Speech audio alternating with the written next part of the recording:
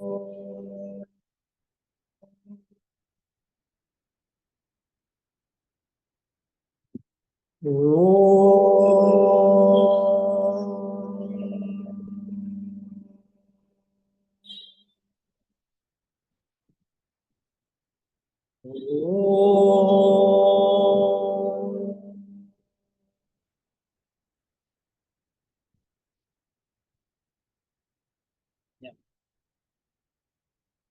ತರಗತಿಯಲ್ಲಿ ಓಂಕಾರದ ಬಗ್ಗೆ ಮೊದಲು ನಾವು ಸ್ವಲ್ಪ ತಿಳ್ಕೊಂಡು ಆಮೇಲೆ ಅಂತರಂಗದ ಜೀವಿತ ಅದರ ಬಗ್ಗೆ ಶುರು ಮಾಡಿದ್ವು.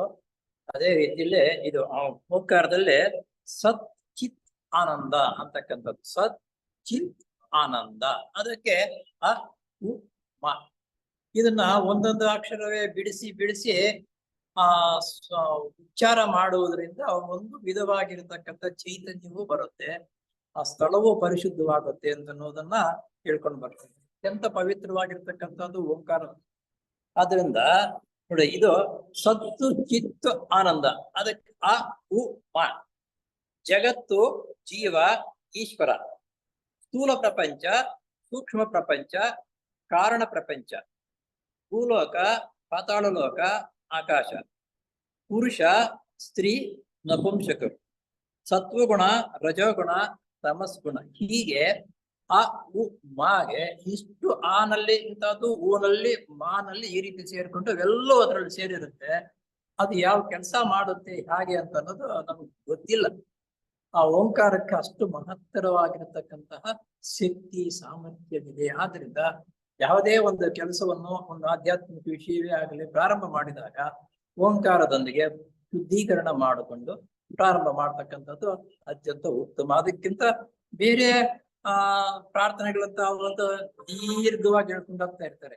ನಮ್ಮ ಥಿಯೋಸಾಫಿಕಲ್ ಸೊಸೈಟಿ ವ್ಯವಸ್ಥೆ ಯಾಕಂದ್ರೆ ಸುಮ್ಮನೆ ದೀರ್ಘವಾಗಿ ಹೇಳ್ಕೊಂಡು ಹೋಗುವುದಕ್ಕಿಂತ ಸೂಕ್ಷ್ಮವಾಗಿ ಯಾವ್ಯಾವ ಇಷ್ಟು ಅಷ್ಟರಲ್ಲೇ ಇರ್ಬೇಕು ಹೊರತು ದೀರ್ಘವಾಗಿ ಹೇಳ್ಕೊಂಡು ಹೋಗ್ಬಾರದು ಅಂತಂದ್ರೆ ಪ್ರಥಮದಲ್ಲಿ ಬರಬಹುದು, ತಿಳುವಳಿಕೆ ಬರ್ತಾ ಬರ್ತಾ ಬರ್ತಾ ಅತ್ಯಂತ ಕಡಿಮೆ ಸಮಯದಲ್ಲಿ ಹೆಚ್ಚಿನ ವಿಷಯಗಳನ್ನು ಗ್ರಹಿಸ್ಕೋಬೇಕು ಅನ್ನೋದು ನನ್ನ ಉದ್ದೇಶ.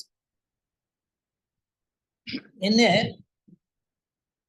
ಉಮೇದುವಾರನು ಈ 14 ಜನ್ಮಗಳಲ್ಲಿ ಯೋಗ ಮಾರ್ಗಕ್ಕೆ ಸಂಬಂಧಪಟ್ಟ ಸಂಬಂಧಗಳನ್ನು ಕಳಚಿ ಹಾಕಿ ಗುರುಗಳು ಮತ್ತು ಯೋಗ ಪಥದಲ್ಲಿ ವಿವರಿಸಿರುವಂತೆ ಜೀವನ್ಮುಕ್ತಿ ಹಂತಕ್ಕೆ ಸಂಬಂಧಪಟ್ಟ ಯೋಗ್ಯತೆಯನ್ನು ಮೈಗೂಡಿಸಿಕೊಳ್ಳುತ್ತಾರೆ.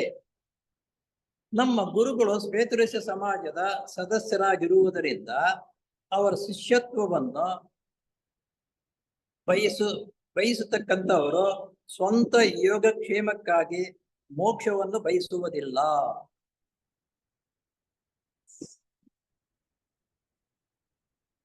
ಉಮೇದುವಾರನು ಈ 14 ಜನ್ಮಗಳಲ್ಲಿ ಯೋಗ ಮಾರ್ಗಕ್ಕೆ ಸಂಬಂಧಪಟ್ಟ ದಶಬಂಧಗಳನ್ನು ಕಲಿಸಿ ಹಾಕಿ, ಇಲ್ಲಿ ಯೋಗ ಮಾರ್ಗಕ್ಕೆ ನಾವು ಬರಬೇಕು ಅಂತಂದ್ರೆ ಅಂದ್ರೆ ಪ್ರವೃತ್ತಿ ಮಾರ್ಗದಿಂದ ನಿವೃತ್ತಿ ಮಾರ್ಗಕ್ಕೆ ಬರ್ತಾ ಇದ್ದೀವಿ, ಬಂದಿದ್ದೀವಿ ಅಂತ ಅರ್ಥ. ಯೋಗ ಮಾರ್ಗಕ್ಕೆ ಇಷ್ಟು ಮಾತ್ರ ನಾವು ಬರಬೇಕಾದ್ರೆ ಸುಮಾರು ಎಷ್ಟು ಅಂತಂದ್ರೆ 14 ಜನ್ಮಗಳು ಇದಕ್ಕೆ ಪ್ರಯತ್ನ ಪಟ್ಕೊಂಡು ಬಂದಿರ್ತೀವಿ ಅಂತ. ಅಷ್ಟೊತ್ತಿಗೆ ಅದು ಬಂದು ಬಿಟ್ಟುದಾದ್ಮೇಲೆ ನೋಡಿ, ಈ ದಶಬಂಧಗಳನ್ನು ಕಳಿಸಿ ಹಾಕಿ ಈ ಗುರುಗಳು ಮತ್ತು ಯೋಗ ಪಥದಲ್ಲಿ ವಿವರಿಸಿರುವಂತೆ.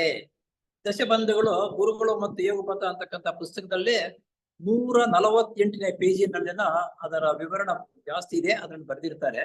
ಅದರಲ್ಲಿ ಮುಖ್ಯವಾಗಿರ್ತಕ್ಕಂಥ ಇದೇನಪ್ಪ ಅಂತಂದ್ರೆ, ಆ ದಶಬಂಧಗಳು ಅಂತಂದ್ರೆ 5 ಬಿಟ್ಟು ಬಿಡಬೇಕು. ಯಾವಪ್ಪ ಅಂತಂದ್ರೆ ಅವನ್ನ ಹಿಂಸೆ, ಅಸತ್ಯ, ಕಳ್ಳತನ, ಇಂದ್ರಿಯ ಲೋಲುಪ್ತತೆ, ಅತಿ ಆಸೆ, ಇವನ್ನು ಪೂರ್ಣವಾಗಿ ನಾವು ಬಿಡಬೇಕು. ಎಷ್ಟು ಜನ ಬಿಟ್ಟಿದ್ದೀವಿ, ಎಷ್ಟು ಅಂಟ್ಕೊಂಡಿದ್ದೀವಿ ಅಂತಕ್ಕಂಥದ್ದು ನಮ್ಗೆ ಗೊತ್ತಾಗುತ್ತೆ. ಯಾಕಂದ್ರೆ ಪ್ರಾರಂಭ 14 ಜನ್ಮಗಳು ಎದ್ದಿದ ಮೇಲೆ ನಮ್ಗೆ ಈ ಸಂಸಾರ ವ್ಯವಸ್ಥೆ ಏನು ಅಂತ ಅನ್ನೋದು, ಆಧ್ಯಾತ್ಮಿಕ ವಿಷಯ ಏನು ಅಂತ ಅನ್ನೋದು ಅಲ್ಪ ಸ್ವಲ್ಪ ನಾವು ಅರಿವು ಮೂಡಿದ ಮೇಲೆ ಪ್ರವೃತ್ತಿಯಿಂದ ನಿವೃತ್ತಿ ಮಾರ್ಗಕ್ಕೆ ಬರ್ತಾ ಇದ್ದೀವಿ. ಆಗ ಅದನ್ನ ಇವೆಲ್ಲ ನಾವು ಬಿಟ್ಬಿಡ್ಬೇಕು. ಯಾವ್ದೋ ಹಿಂಸೆ, ಹಿಂಸೆ ಅಂದ್ರೆ ಗೊತ್ತು.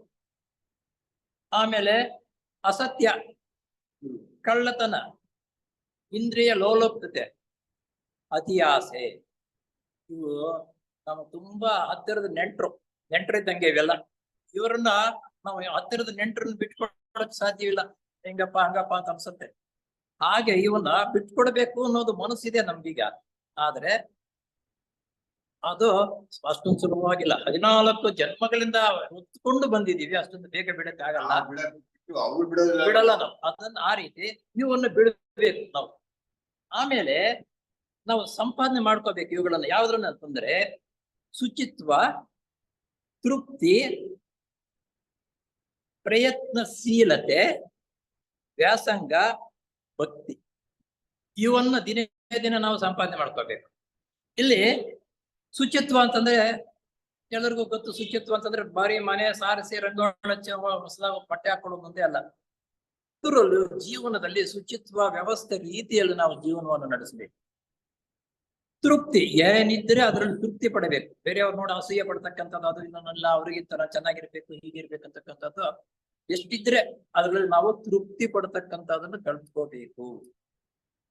ಪ್ರಯತ್ನಶೀಲತೆ, ಶೀಲ ಅಂದ್ರೆ ಪ್ರತಿಯೊಂದರಲ್ಲೂ ನಾವು ಆಡ್ತಕ್ಕಂಥ ಮಾತು, ನಡೀತಕ್ಕಂಥ ನಡೆ, ನಾವು ತಿಂತಕ್ಕಂಥ ಊಟ, ನಾವು ಹೋರಾಡ್ತಕ್ಕಂಥ ಜಾಗ, ಜನರ ಸಂಪರ್ಕ, ಇವೆಲ್ಲವನ್ನು ಶೀಲತೆ ಅಂದ್ರೆ ಎಲ್ಲಾದ್ರಲ್ಲೂ ಶೀಲ ಸಂಪನ್ನರಾಗಿ ಬದುಕುವುದನ್ನು ಕಲ್ತ್ಕೋಬೇಕು. ಆಮೇಲೆ ವ್ಯಾಸಂಗ. ವ್ಯಾಸಂಗ ಮಾಡ್ತಕ್ಕಂಥದ್ದು ಹೇಗಪ್ಪ ಅಂತಕ್ಕಂಥದ್ದು ಗೊತ್ತಿದೆ. ಈಗ ನಾವು ದಿನಾಗಲೂ ಇದು ಮಾಡ್ತಾ ಇರೋದು ವ್ಯಾಸಂಗವೇ. ವ್ಯಾಸಂಗ ಮಾಡುವಾಗ ಒಂದು ವಿಷಯವನ್ನು ತೆಗೆದುಕೊಂಡು ಅದರ ಅಂತರಾರ್ಥವೇನು ಅಂತನ್ನೋದು ಯೋಚನೆ ಮಾಡಿ ಅದರ ಬಗ್ಗೆ ಧ್ಯಾನ ಮಾಡಿದಾಗ ಈ ವ್ಯಾಸಂಗ ಬಹಳ ಫಲಕಾರಿಯಾಗುತ್ತದೆ. ಆ ರೀತಿ ನಾವು ವ್ಯಾಸಂಗ ಅದೇ ರೀತಿ ನಾವು ಮಾಡ್ಬೇಕಂತ ಇವಾಗ ಪ್ರತಿನಿತ್ಯನೇ ವ್ಯಾಸಂಗ ಮಾಡ್ತಾ ಇರೋದು. ಆಮೇಲೆ ಭಕ್ತಿ, ಇವೆಲ್ಲವೂ ಬಂದಾಗ ಆ ಭಕ್ತಿ ಅಂತಕ್ಕಂಥದ್ದು ಬಂದಿದೆ. ಹೀಗೆ ದಶಬಂಧಗಳು ಅಂತನ್ನುವುದು ನಾವು ಗುರುಗಳು ಮತ್ತು ಯೋಗಪಥ ಅನ್ನುವ ಪುಸ್ತಕದಲ್ಲಿ ಈ ಹೊಸದಾಗಿ ಆಗಿದೆ ಪುಸ್ತಕ. ಅದರಲ್ಲಿ ಸುಮಾರು 148ನೇ ಪೇಜಿನಲ್ಲಿ ಇರಬಹುದು. ಇವು ಅದಕ್ಕೆ ಸಂಬಂಧಪಟ್ಟಿರ್ತಕ್ಕಂಥದ್ದು ವಿವರಣೆ ಈ ರೀತಿ ಬರ್ಕೊಂಡು ಬಂದಿರ್ತಾರೆ. ನಾವು ಒಂದು ಪುಸ್ತಕವನ್ನು ಓದುವಾಗ ಅದಕ್ಕೆ ಕನೆಕ್ಟ್ ಇರ್ತಕ್ಕಂಥ ಮತ್ತೊಂದು ಪುಸ್ತಕ ಯಾವುದು ಅದ್ರಲ್ಲಿ ಸಿಗುತ್ತೆ. ಆವಾಗ ಅದನ್ನು ಓದಬೇಕು. ಅದೇ ವ್ಯಾಸಂಗ ಮಾಡ್ತಾ ಇರ್ತಕ್ಕಂಥ ಅದನ್ನು ಓದಿದೆ ಇನ್ನೊಂದು ಓದ್ತಾ ಇರುವಾಗ, ನಾವು ವ್ಯಾಸಂಗ ಮಾಡ್ತಾ ಇರುವಾಗ ಬೇರೆ ಅದು ಸಂಬಂಧಪಟ್ಟಿರ್ತಕ್ಕಂಥ ವಿಷಯಗಳು ತಕ್ಷಣ ಅದಕ್ಕೆ ಉದಾಹರಣೆ ಹೇಳೋದಕ್ಕೆ ನಮ್ಗೆ ಮನಸ್ಸು ಬರುತ್ತೆ. ಆವಾಗ ಉದಾಹರಣೆ ಹೇಳೋದಕ್ಕೆ ಮನಸ್ಸು ಬರುತ್ತೆ ನಮ್ಗೆ.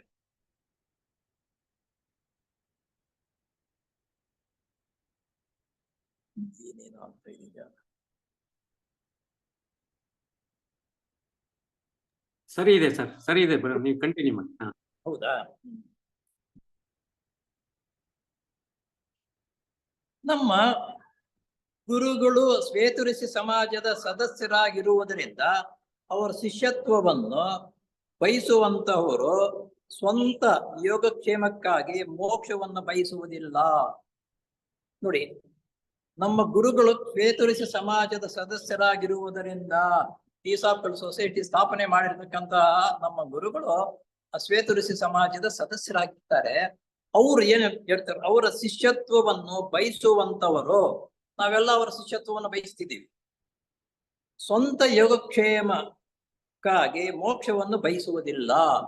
ನಾವು ಸ್ವಂತ ನಮ್ಗೆ ಯೋಗಕ್ಷೇಮ ಆಗ್ಬೇಕು ಅಂತಕ್ಕಂಥದ್ದನ್ನು ಯಾರು ಬಯಸುವುದಿಲ್ಲ. ಟೀಸಾಫ್ಕಲ್ ಸೊಸೈಟಿ ನಿಜವಾದ ಸದಸ್ಯನಾಗಿರ್ತಕ್ಕಂಥವ್ರು ತನಗಾಗಿ ಅಲ್ಲ, ಬೇರೆಯವರಿಗಾಗಿ ದುಡಿಯಬೇಕು, ಬೇರೆಯವ್ರನ್ನ ಆಧ್ಯಾತ್ಮಿಕ ಮಾರ್ಗದಲ್ಲಿ ಬರುವುದಕ್ಕೆ ಅವರಿಗೆ ಪ್ರೇರಣೆ ಕೊಡಬೇಕು ಅನ್ನತಕ್ಕಂಥದ್ದು ಬಹಳ ಮುಖ್ಯವಾಗಿರತಕ್ಕಂಥ.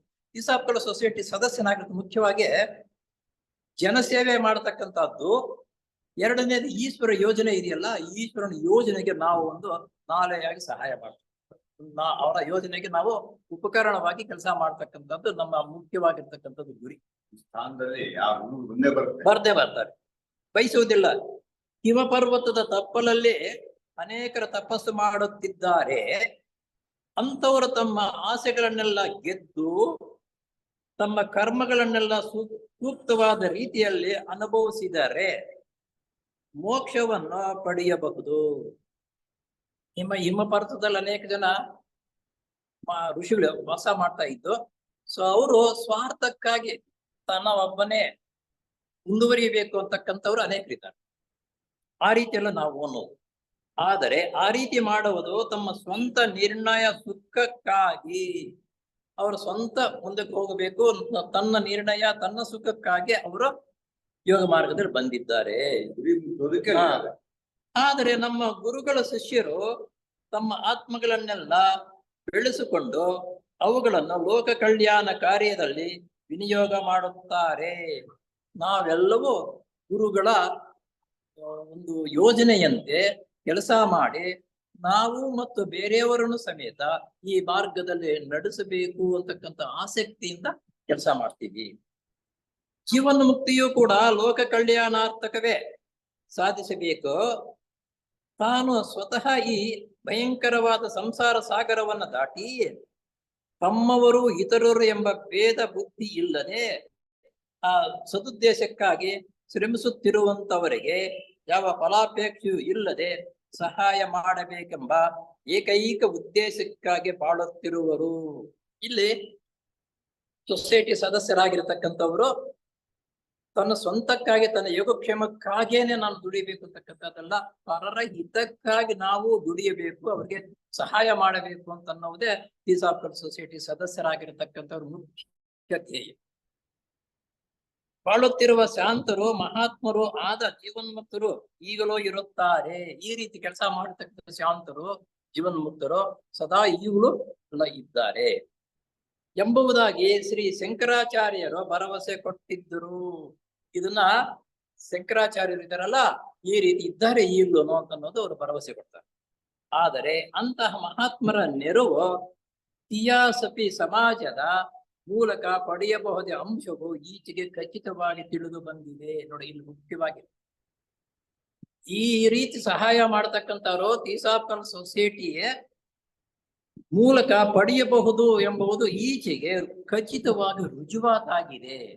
ನೋಡಿ, ನಮ್ಮ ತೀಸಾಫಲ್ ಸೊಸೈಟಿ ಪ್ರಾರಂಭವಾದ ಮೇಲೆ ಎಂತ ಮಹಾತ್ಮರೆಲ್ಲರೂ ಜೀವನ ಮುಕ್ತರ ಹಂತಕ್ಕೆ ಹೋಗಿ ಒಳ್ಳೆ ಉತ್ತಮವಾಗಿರ್ತಕ್ಕಂತಹ ನಡೆ ನುಡಿಗಳನ್ನು ಅಭ್ಯಾಸ ಮಾಡೋದಕ್ಕಾಗಿ ಮಾರ್ಗದರ್ಶನ ಕೊಡ್ತಾ ಇರತಕ್ಕಂಥವ್ರು ಅನೇಕರಿದ್ದಾರೆ. ಏಕೆಂದರೆ ಅಂತವರು ಈಶ್ವರನ ಸಂಕಲ್ಪಾನುಸಾರ ಏರ್ಪಾಡಾಗಿರುವ ಸಂಸರಣ ಯೋಜನೆಯ ಮಹತ್ವವನ್ನು ಅರಿತುಕೊಂಡು ಮಾನವ ವರ್ಗದ ಆಧ್ಯಾತ್ಮಿಕ ಏಳಿಗೆಗಾಗಿಯೇ ಶ್ರಮಿಸುತ್ತಾರೆ. ಈ ಸಾಫ್ಟ್ವೇರ್ ಸೊಸೈಟಿಯಲ್ಲಿ ಮುಖಂಡರಾಗಿರ್ತಕ್ಕಂಥವರು ಏನ್ ಮಾಡ್ತಾರಪ್ಪ ಅಂತಂದ್ರೆ, ಸಂಸರಣ ಯೋಜನೆಯ ಮಹತ್ವ, ಈ ಸಂಸರಣ ಯೋಜನೆಯ ಮಹತ್ವ ಏನು, ಯಾತಕ್ಕೆ ಈ ರೀತಿ ಇದೆ ಅಂತಕ್ಕಂಥ ಅವ್ರು ಚೆನ್ನಾಗಿ ಅರಿತಿದ್ದಾರೆ. ಅವ್ರು ಚೆನ್ನಾಗಿ ಅರಿತಿರುವುದರಿಂದ ಸದಸ್ಯರಾಗಿರ್ತಕ್ಕಂಥವ್ರು ಯಾವ ರೀತಿ ನಡೆಯಬೇಕು, ಯಾವ ರೀತಿ ಇದನ್ನ ನೀವು ಅಭಿವೃದ್ಧಿ ಹೊಂದಬೇಕು, ಬೇರೆಯವ್ರನ್ನ ಅಭಿವೃದ್ಧಿ ಪಡಿಸ್ಬೇಕು. ಮೊದಲು ತಾನು ಸ್ವತಃ ಕೆಲವು ವಿಷಯಗಳನ್ನ ನಿಯಮಗಳನ್ನ ತಿಳ್ಕೊಂಡು ಅದರಂತೆ ಪಾಲನೆ ಮಾಡಬೇಕು. ನಂತರ ಬೇರೆಯವರಿಗೂ ಆ ಮಾರ್ಗದರ್ಶನ ನಾವು ತೋರಿಸಬೇಕು. ಇದು ಈ ಸಾಫ್ಟ್ವೇರ್ ಸೊಸೈಟಿಗಳಲ್ಲಿ ಮಾತ್ರ ಇಂತಹ ಕೆಲಸಗಳನ್ನ ಮಾಡ್ತಾ ಇದ್ದಾರೆ ಅಂತ ಅನ್ನೋದನ್ನ ಹೇಳ್ತಾರೆ. ಈ ಮಾರ್ಗವನ್ನು ದುಃಖದ ಮಾರ್ಗವೆಂದು ಕರೆಯುವ ವಾಡಿಕೆ ಉಂಟು. ಇಲ್ಲಿ ಇನ್ನೊಂದು, ಅನೇಕ ಜನರಿಗೆ ಆಧ್ಯಾತ್ಮಿಕ ವಿಷಯಕ್ಕೆ ಹೋಗ್ತಕ್ಕಂಥದ್ದು ರಾಮಾಯಣ ಮಹಾಭಾರತ ಓದುವುದಕ್ಕೂ ಇವೆಲ್ಲ ಕೇಳೋರು. ಹಿಂದಿನ ಕಾಲದಲ್ಲಿ ಅಯ್ಯೋ ಸನ್ಯಾಸ ಆಗ್ಬಿಡ್ತಾನಪ್ಪ, ಪುಸ್ತಕ ಓದಿಸ್ಬೇಡ, ಅದು ಬೇಡ, ಇದು ಬೇಡ ಅಂತಕ್ಕಂಥದ್ದನ್ನ ಹೇಳ್ತಾರೆ. ಅದೇನ್ ಮತ್ತು ಭಗವಾನ್ ಬುದ್ಧರವರ ತಂದೆನೂ ಒಳ್ಳೆ ಯೋಗಿ ಆಗ್ತಾನೆ ಅಂತ ಹೇಳಿದ್ರೆ ಅಯ್ಯೋ ಬೇಡ ಅಂತ ಹೇಳಿಬಿಟ್ಟು ಅದಕ್ಕೆ ಅಂತವರೇ ಒಪ್ಪಲಿಲ್ಲಪ್ಪ. ಇನ್ನು ಸಾಮಾನ್ಯವಾಗಿರ್ತಕ್ಕಂಥ ನಮ್ಮ ತಂದೆ ತಾಯಿಗಳು ಹೋಗ್ತಾರ, ಇಂಥ ಆಧ್ಯಾತ್ಮಿಕ ಸಮಸ್ಯೆಗಳು ಹೋಗ್ಬೇಕು, ಅಯ್ಯೋ ಅವನು ಸನ್ಯಾಸ ಆಗ್ಬಿಡ್ತಾನಪ್ಪ, ಬೇಡಪ್ಪ ಹೋಗೋದು, ಸಂಸಾರಸ್ಥನೆ ಆಗ್ಬೇಕು, ಒಳ್ಳೆ ರಾಜನ ಆಗ್ಬೇಕಂತ ಬುದ್ಧರು ತಂದೆ ಅಣ್ಣಿಲ್ವಾ? ಹಾಗೆ ನಮ್ಮೂರು ಹಂಗೆ ಅಂತಾರೆ. ಏಕೆಂದ್ರೆ ಇದನ್ನು ಅವಲಂಬಿಸುವಂತವರಿಗೆ ಸ್ವಾರ್ಥ ತ್ಯಾಗ ಅವಶ್ಯಕತೆ ಇರುತ್ತದೆ. ಯಾರೇ ಆಗ್ಲಿ ಆಧ್ಯಾತ್ಮಿಕ ದಾರಿಯಲ್ಲಿ ಹೋಗ್ಬೇಕು ಅಂತಂದರೆ ಸ್ವಾರ್ಥವನ್ನು ತ್ಯಾಗ ಮಾಡ್ಬೇಕು. ನಾವೆಲ್ಲರೂ ಸಾಧಾರಣವಾಗಿ ಸ್ವಾರ್ಥದಿಂದನೇ ಜೀವನ ನಡೆಸ್ತಾ ಇದ್ದೀವಿ, ಅದನ್ನ ತ್ಯಾಗ ಮಾಡಿಲ್ಲ.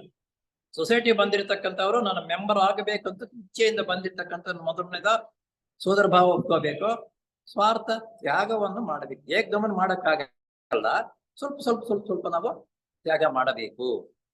ಆದರೆ ದುಃಖದ ಮಾರ್ಗವೆಂದು ಕರೆಯುವುದು ಸರಿ ಯಾದದ್ದಲ್ಲ. ಆದ್ರೆ ಇದು ಸೊಸೈಟಿಗೆ ಸಂಬಂಧಪಟ್ಟ ಸೇರಿದ್ರೆ ದುಃಖದ ಮಾರ್ಗ ಅಂತ ಹೇಳ್ತಾರೆ. ದುಃಖದ ಮಾರ್ಗ ಇದು ಅಂತ ಹೇಳುವುದು ಸರಿಯಲ್ಲ. ಏಕೆಂದರೆ ತೊಂದರೆಗೆ ಈಡಾಗುವಂತವರು ಸಾಧಕನ ಕೆಳಮಟ್ಟದ ದೇಹ ಭಾವನೆಯೇ ಹೊರತು ಉನ್ನತ ಮಟ್ಟದ್ದಲ್ಲ. ಈ ಕಷ್ಟ ಸುಖ ಇವಕ್ಕೆಲ್ಲ ಬೀಳ್ತಕ್ಕಂಥದ್ದು ಕೆಳಮಟ್ಟದ ದೇಹವೇ ಹೊರತು ಉನ್ನತ ಮಟ್ಟದ್ದು ಅದಕ್ಕೆ ಚಿಂತನೆ ಮಾಡಲ್ಲ. ಈ ಅರಿವು ಗೊತ್ತಾದ್ರೆ ಕಷ್ಟಗಳು ಬಂದ್ರಿ ಬರ್ಲಿ ಬಿಡು, ನನಗೆಲ್ಲ ಬರತಕ್ಕಂಥದ್ದು ಕೆಲ ಮನಸ್ಸದ್ದು, ಅದನ್ನ ಸರಿಪಡಿಸ್ಕೊಳ್ಳೋಣ ಅಂತ ಅನ್ನುವ ಧೈರ್ಯ ಬರುತ್ತೆ ನಮ್ಗೆ. ಯಾರು ಅಂತಹ ಅವಶ್ಯಕವಾದ ತ್ಯಾಗ ಮಾಡಲು ಹಿಂಜರಿಯುತ್ತಾರೆಯೋ ಅಂತವರಿಗೆ ಮುಂದೆ ಪಶ್ಚಾತ್ತಾಪ ರೂಪವಾದ ಉನ್ನತ ಮಟ್ಟದ ದುಃಖವು ಕಾದಿರುತ್ತದೆ. ಆ ಸಂದರ್ಭ ಒದಗಿ ಬಂದ್ರೂನು ತ್ಯಾಗವನ್ನು ಮಾಡಿ ಅದನ್ನ ಸೇವೆ ಮಾಡೋದಕ್ಕೆ ಹಿಂಜರಿದರೆ ಅಂತವರಿಗೆ ಮುಂದೆ ದುಃಖ ಅಂತಕ್ಕಂಥದ್ದು, ಯೋ ಈ ರೀತಿ ಇತ್ತು ಆ ರೀತಿ ಇತ್ತು, ನಮಗ ದುಃಖ ಅನ್ನೋದು ಬಂದ್ಬಿಡುತ್ತೆ. ಯಾವಾಗ ದುಃಖ ಬಂತು ಅಂತಂದ್ರೆ ಅವಾಗ ದೇವ್ರ ಕಡೆ ಮರೆ, ಕಷ್ಟ ಬಂತು ಅಂದ್ರೆ ದೇವ್ರನ್ನ ನೋಡ್ತೀವಿ. ನೋಡಿ ನಮ್ಮ ಇವರು ಸಿದ್ದರಾಮಯ್ಯ ಅಷ್ಟೇ, ಮೊದಲು ದೇವರು ಅಂತಂದ್ರೆ ಹೀಯಾಡಿಸ್ತಾ ಇದ್ವಿ. ಇವಾಗ ಎಲ್ಲಾ ಟೆಂಪಲ್ ಪೂಜೆ ಅದು ಆತಂದು ತಪ್ಪು ಅಂತಲ್ಲ, ಇದು ನೋಡು ನಮ್ಮ ನಿಯಮ ಹೇಳ್ತಾ ಇರೋದು. ಇದು ಆ ಕಷ್ಟ ಬಂದಾಗ ಅಂತವರ ಕಡೆ ದೇವರ ಕಡೆ ಗಮನವನ್ನು ಬರುತ್ತೆ ನಮಗೆ. ಆ ಕಷ್ಟ ಬರೋದು ಅದಕ್ಕಾಗಿನೇ. ಆ ಕಷ್ಟ ಬಂದಾಗ ಅವ್ರ ಕಡೆ ಗಮನ ಬರುತ್ತೆ. ಅವ್ರ ಕಡೆ ಯಾವಾಗ ಗಮನ ಬಂತು, ನಾನ್ ಮಾಡ್ತಾ ಇರೋದು ಕೆಟ್ಟದ್ದ ಒಳ್ಳೇದ, ನನಗೆ ಕೆಟ್ಟ ಕೆಲಸ ಮಾಡಬಾರ್ದು ಅಂತಕ್ಕಂಥ ಆ ಮನಸ್ಸಿನಲ್ಲಿ ಆತನಲ್ಲಿ ಪರಿವರ್ತನೆ ಆಗುತ್ತೆ. ಈ ನಮ್ಮ ಗೋಲಮಾಲೆಯ 4ನೇ ಪ್ರದಕ್ಷಿಣೆಯಲ್ಲಿ ನಮ್ಮ ದೇಹಗಳ ನಿತ್ಯ ಅಣುಗಳಿಗೆ 4 ಸುಳಿಗಳು ಮಾತ್ರ ಬೆಳೆದಿರುತ್ತವೆ. ಇದು ಸ್ವಲ್ಪ ಕಠಿಣವಾಗಿರ್ತಕ್ಕಂಥ ವಿಷಯ. ಇದು ಪೂರ್ಣವಾಗಿ ಸರಿಯಾಗಿ ನನಗೂ ಗೊತ್ತಿಲ್ಲ. 4ನೇ ಗೋಲಮಾಲೆ ಅಂತಂದ್ರೆ 4 ಸುರುಳಿಗಳು. ಒಂದೊಂದು ಗೋಲಮಾಲೆದ ಒಂದೊಂದು ಸುರುಳಿ ಇರುತ್ತೆ. ನಮಗೆಲ್ಲರಿಗೂ 4 ಸುರುಳಿಗಳು. ಅದಕ್ಕೆ ಸಂಬಂಧಪಟ್ಟಿರ್ತಕ್ಕಂಥ ವ್ಯವಸ್ಥೆ ಏನಂತ ಇದು ಬೇರೆ ಪುಸ್ತಕದಲ್ಲಿ ಇರ್ಬೇಕು. ನಾವು ನೋಡಿದಂತ ಪುಸ್ತಕ ನಮ್ಗೆ ಯಾವ್ದು ಸಿಕ್ಕಿಲ್ಲ. 4 ಸುರುಳಿಗಳು ಇರುತ್ತವೆ. ಇಂತಹ ಅಪೂರ್ಣವಾಗಿ ಬೆಳೆದ ಬೀಜ, ದೇಹ ಬೀಜಗಳೆಲ್ಲ ದೇಹಗಳ ಮೂಲಕ 7ನೇ ಪ್ರದಕ್ಷಿಣೆಗೆ ಸಂಬಂಧಪಟ್ಟ ಉನ್ನತ ಮಟ್ಟದ ಪ್ರಗತಿಯನ್ನು ಸಾಧಿಸಬೇಕಾಗಿರುವುದರಿಂದ ಇವಾಗೆಲ್ಲ ನಾವು ಕಾರಣ ಏನಪ್ಪಾ ಅಂತಂದ್ರೆ 7ನೇ ಜೀವನ ಮುಕ್ತಿ ಆಗ್ಬೇಕಾದ್ರೆ 7ನೇ ಜನಾಂಗ ಅಂತಕ್ಕಂಥದ್ರಲ್ಲ, ಆವಾಗ ಈ ತನಕ ಹೋಗ್ಬೇಕು. ಅಲ್ಲಿಗೆ ಹೋಗಬೇಕಾದ್ರೆ ಈಗ 4 ಬೀಜ ರೂಪದಾಗಿರ್ತಕ್ಕಂಥದ್ದು 4 ರೌಂಡ್ಗಳಾಗಿರ್ತಕ್ಕಂಥದ್ದು ಆಗಿದೆ.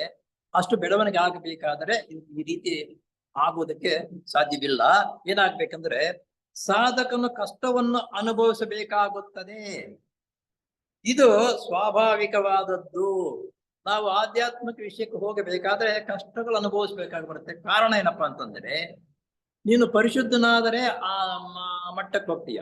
ನೀನು ಪರಿಶುದ್ಧ ಆಗ್ಬೇಕು ಅಂತಂದ್ರೆ ನೀನು ಹಿಂದಿನ ಜನ್ಮಗಳಿಂದ ಮಾಡಿಕೊಂಡು ಬಂದಿರತಕ್ಕಂಥ ಕರ್ಮವು ಸವಿಯುವುದಕ್ಕಾಗಿ ವಿಶೇಷವಾಗಿ ನಿನಗೆ ಕಷ್ಟಗಳನ್ನೇ ಒದಗಿಸ್ಕೊಡ್ತಾರೆ ಕರ್ಮದೇವತೆಗಳು. ಆದ್ದರಿಂದ ಕಷ್ಟಗಳು ಜಾಸ್ತಿ ಬರುತ್ತೆ. ಕಾರಣ ನೀನು ಬೇಕು, ನಮ್ಗೆ ಆ ಟ್ರೈನಿಂಗ್ ಕೊಡಬೇಕು. ನೋಡಿ, ಗರಡಿ ಸಾಧನೆ ಮಾಡುತ್ತಿರುವ ಜಟ್ಟಿಗಳು ತಾತ್ಕಾಲಿಕವಾದ ಶ್ರಮವನ್ನು ಲೆಕ್ಕಿಸದೆ ತಮ್ಮ ಮುಂದಿನ ದೇಹದಾರಿಢ್ಯವನ್ನು ಮೈಗೂಡಿಸಿಕೊಳ್ಳುವಂತೆ. ಈಗ ಜಟ್ಟಿ ಅಂತಂದ್ರೆ ಪೈಲ್ಮಾನ್ ಆಗ್ತಾನಲ್ಲ, ಒಳ್ಳೆ ಪೈಲ್ಮಾನ ಅಂತಂದ್ರೆ ಮೊದಲು ಅವನು ಕೆಲವು ನಿಯಮಗಳನ್ನ, ಕೆಲವು ಸರ್ಕಸ್, ಕೆಲವು ಎಕ್ಸರ್ಸೈಸ್ ಮಾಡ್ಬೇಕು. ಅವಾಗ ಬಹಳ ನೋವಾಗುತ್ತೆ, ದೇಹಕ್ಕೆಲ್ಲ ತುಂಬಾ ನೋವಾಗುತ್ತೆ. ಆದ್ರೂ ಆ ನೋವನ್ನು ಸಹಿಸಿಕೊಂಡು ಅದರಲ್ಲಿ ಮುಂದುವರಿಸಿದಾಗ ಅವನು ಉತ್ತಮ ಪೈಲ್ಮಾನ್ ಆಗ್ತಾನೆ. ಹಾಗೆಯೇ ನಾವು ಆಧ್ಯಾತ್ಮಿಕ ಜೀವನಕ್ಕೆ ಕಾಲಿಡ್ತಾ ಇರುವುದರಿಂದ ನಮಗೆ ಹಿಂದೆ ಇರತಕ್ಕಂಥ ಕಷ್ಟಗಳನ್ನು ಬೇಗ ಸವಿಬೇಕು. ನಮ್ಮ ಕಷ್ಟಗಳು, ನಾವು ಮಾಡಿರ್ತಕ್ಕಂಥ ಕಷ್ಟಗಳು ಅಂತಂದ್ರೆ ಪಾಪದ ಕೆಲಸಗಳು. ಆ ಪಾಪವು ಬೇಗ ಸವಿಯಬೇಕಾದ್ರೆ ನಮಗೆ ಕಷ್ಟಗಳು ಬರೋದು ಜಾಸ್ತಿ. ಯಾವಾಗ ಈಗ ಕಷ್ಟವನ್ನು ಅನುಭವಿಸಿದಾಗ ಮುಂದೆ ಸುಖವಾಗಿರ್ತಕ್ಕಂಥ ಜೀವನ ಮುಕ್ತಿ ಆಗೋದಕ್ಕೆ ದಾರಿ ಆಗುತ್ತೆ ಅನ್ನೋ ಉದ್ದೇಶದಿಂದ ಇಟ್ಟುಕೊಂಡು ಕಷ್ಟಗಳು ಬಂದರೂ ಸರಿ ಅಂತ ನಾವು ಲೆಕ್ಕಿಸಿದಿರ ನಮ್ಮ ಪ್ರಯತ್ನ ನಾವು ಮುಂದುವರಿಸಲೇಬೇಕು. ಈ ಮಾರ್ಗದ ಸಾಧಕರೂ ಕೂಡ ತಾತ್ಕಾಲಿಕವಾದ ಶ್ರಮವನ್ನು ಲೆಕ್ಕಿಸುವುದಿಲ್ಲ. ಅಂದರೆ ನಾವು ಆಧ್ಯಾತ್ಮಿಕ ಮಾರ್ಗದಲ್ಲಿ ಹೋಗಬೇಕು ಅಂದ್ಕೊಂಡು ಇರುವುದು ಅಂತ ಕಷ್ಟಗಳು ಬಂದರೂ ಸಮೇತ ಲೆಕ್ಕ ಮಾಡುವುದೇ ಇಲ್ಲ. ಬರ್ಲಿ ಬಿಡೋದು, ಬಂದಿದ್ದಿಲ್ಲ ಬರ್ಲಿ ಹೋಗ್ಲಿ. ಕಷ್ಟ ಬಂತಂದ್ರೆ ಹಿಂದೆ ಮಾಡಿರ್ತಕ್ಕಂಥ ಕರ್ಮ ಸೌದೈತು ಅಂತ ಖುಷಿ ಆಗುತ್ತವೆ. ಆ ರೀತಿ ತಾತ್ಕಾಲಿಕ ಶ್ರಮಕ್ಕೆ ಹಿಂಜರಿದು ಯೋಗ ಮಾರ್ಗವನ್ನು ಅವಲಂಬಿಸದೇ ಇರತಕ್ಕವರು ಮುಂದೆ ತಮ್ಮ ತಪ್ಪಿಗಾಗಿ ಪಶ್ಚಾತ್ತಾಪದ ದ್ವಾರ ಹೆಚ್ಚು ದುಃಖಕ್ಕೆ ಒಳಗಾಗಬೇಕಾಗುತ್ತದೆ. ಅಯ್ಯೋ, ಯಾರು ಹೋಗಪ್ಪ ಅದಕ್ಕೆ ಹೋಗ್ತಕ್ಕಂಥವ್ರು ಈ ಕಷ್ಟಗಳು ಜಾಸ್ತಿ ಬರುತ್ತೆ ಅಂತ ಹೇಳ್ತಾರೆ, ಸುಖವಾಗಿರೋಣ ಅಂತ ಹೇಳ್ಬಿಟ್ಟು ಆ ಕಾಲಹರಣೆ ಮಾಡ್ಕೊಂಡು ಬಂದಿರತಕ್ಕಂಥವ್ರು ಕೆಲವು ದಿವಸವನ್ನು ಆದ್ಮೇಲೆ ಇದಕ್ಕೆ ಇನ್ನೂ ಯಮ ಆಗಿರುತ್ತೆ. ಆವಾಗ ಇಲ್ಲದ ಸ್ವಲ್ಪ ಕಷ್ಟಗಳು ಜಾಸ್ತಿ ಬಂದಾಗ ಆವಾಗ ಪಶ್ಚಾತ್ತಾಪ. ಅಯ್ಯೋ, ನಾನು ಆವಾಗ್ಲಿಂದಾನೇ ಇದರಲ್ಲಿ ಹೋಗ್ಬೇಕು. ನಮ್ಮ ಸ್ನೇಹಿತರೊಬ್ರು ಇದ್ರು, ಅವ್ರ ಈ ತಿಸಾಪುರ ಸೊಸೈಟಿ ಮೆಂಬರ್ ಮಾಡಿದಾಗ ಸುಮಾರು 2-3 ವರ್ಷ ಕರೆಕ್ಟಾಗಿ ಬಂದ್ರು.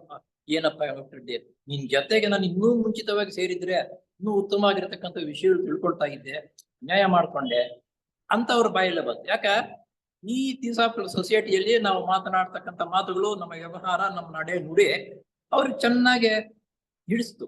ಯಾವಾಗ ಹಿಡಿಸ್ತು ಅವಾಗ ಅನ್ನಿಸ್ತು, ಅಯ್ಯೋ ನಾನು ಇನ್ನೂ ಮೊದಲೇ ಸೇರಿದ್ರೆ ನಾನು ಇನ್ನೂ ಉತ್ತಮವಾಗಿರ್ತಕ್ಕಂಥ ಜೀವನ ನಡೆಸೋದಕ್ಕೆ ದಾರಿ ಆಗ್ತಾ ಇತ್ತಲ್ಲ ಅಂತ ಹೇಳ್ತಾ ಇದ್ರು. ಹಾಗೆ ಅನೇಕ ದಿನಗಳು ಕಳೆದೋದ ಮೇಲೆ ಅಯ್ಯೋ ನಾವು ಇದುವರೆಗೂ ನಮಗಿಂತ ಮುಂಚಿತವಾಗಿ ಬಂದಿರತಕ್ಕಂಥವ್ರು ಎಷ್ಟು ವಿಷಯಗಳನ್ನು ಗ್ರಹಿಸಿದ್ದಾರೆ, ಅವರ ನಡೆ ನುಡಿ, ಅವರ ಆಚಾರ ವಿಚಾರ ನೋಡ್ತಾ ಇದ್ದಾರೆ, ಎಷ್ಟು ಸಂತೋಷವಾಗುತ್ತಪ್ಪ, ನಾನು ಮೊದಲೇ ಸೇರಿಬೇಕಾಗಿತ್ತು ಅನ್ನುವ ಕ್ಯೂರಿಯಾಸಿಟಿ ಅವರ ಬೆಳವಣಿಗೆ ಆಗುತ್ತೆ.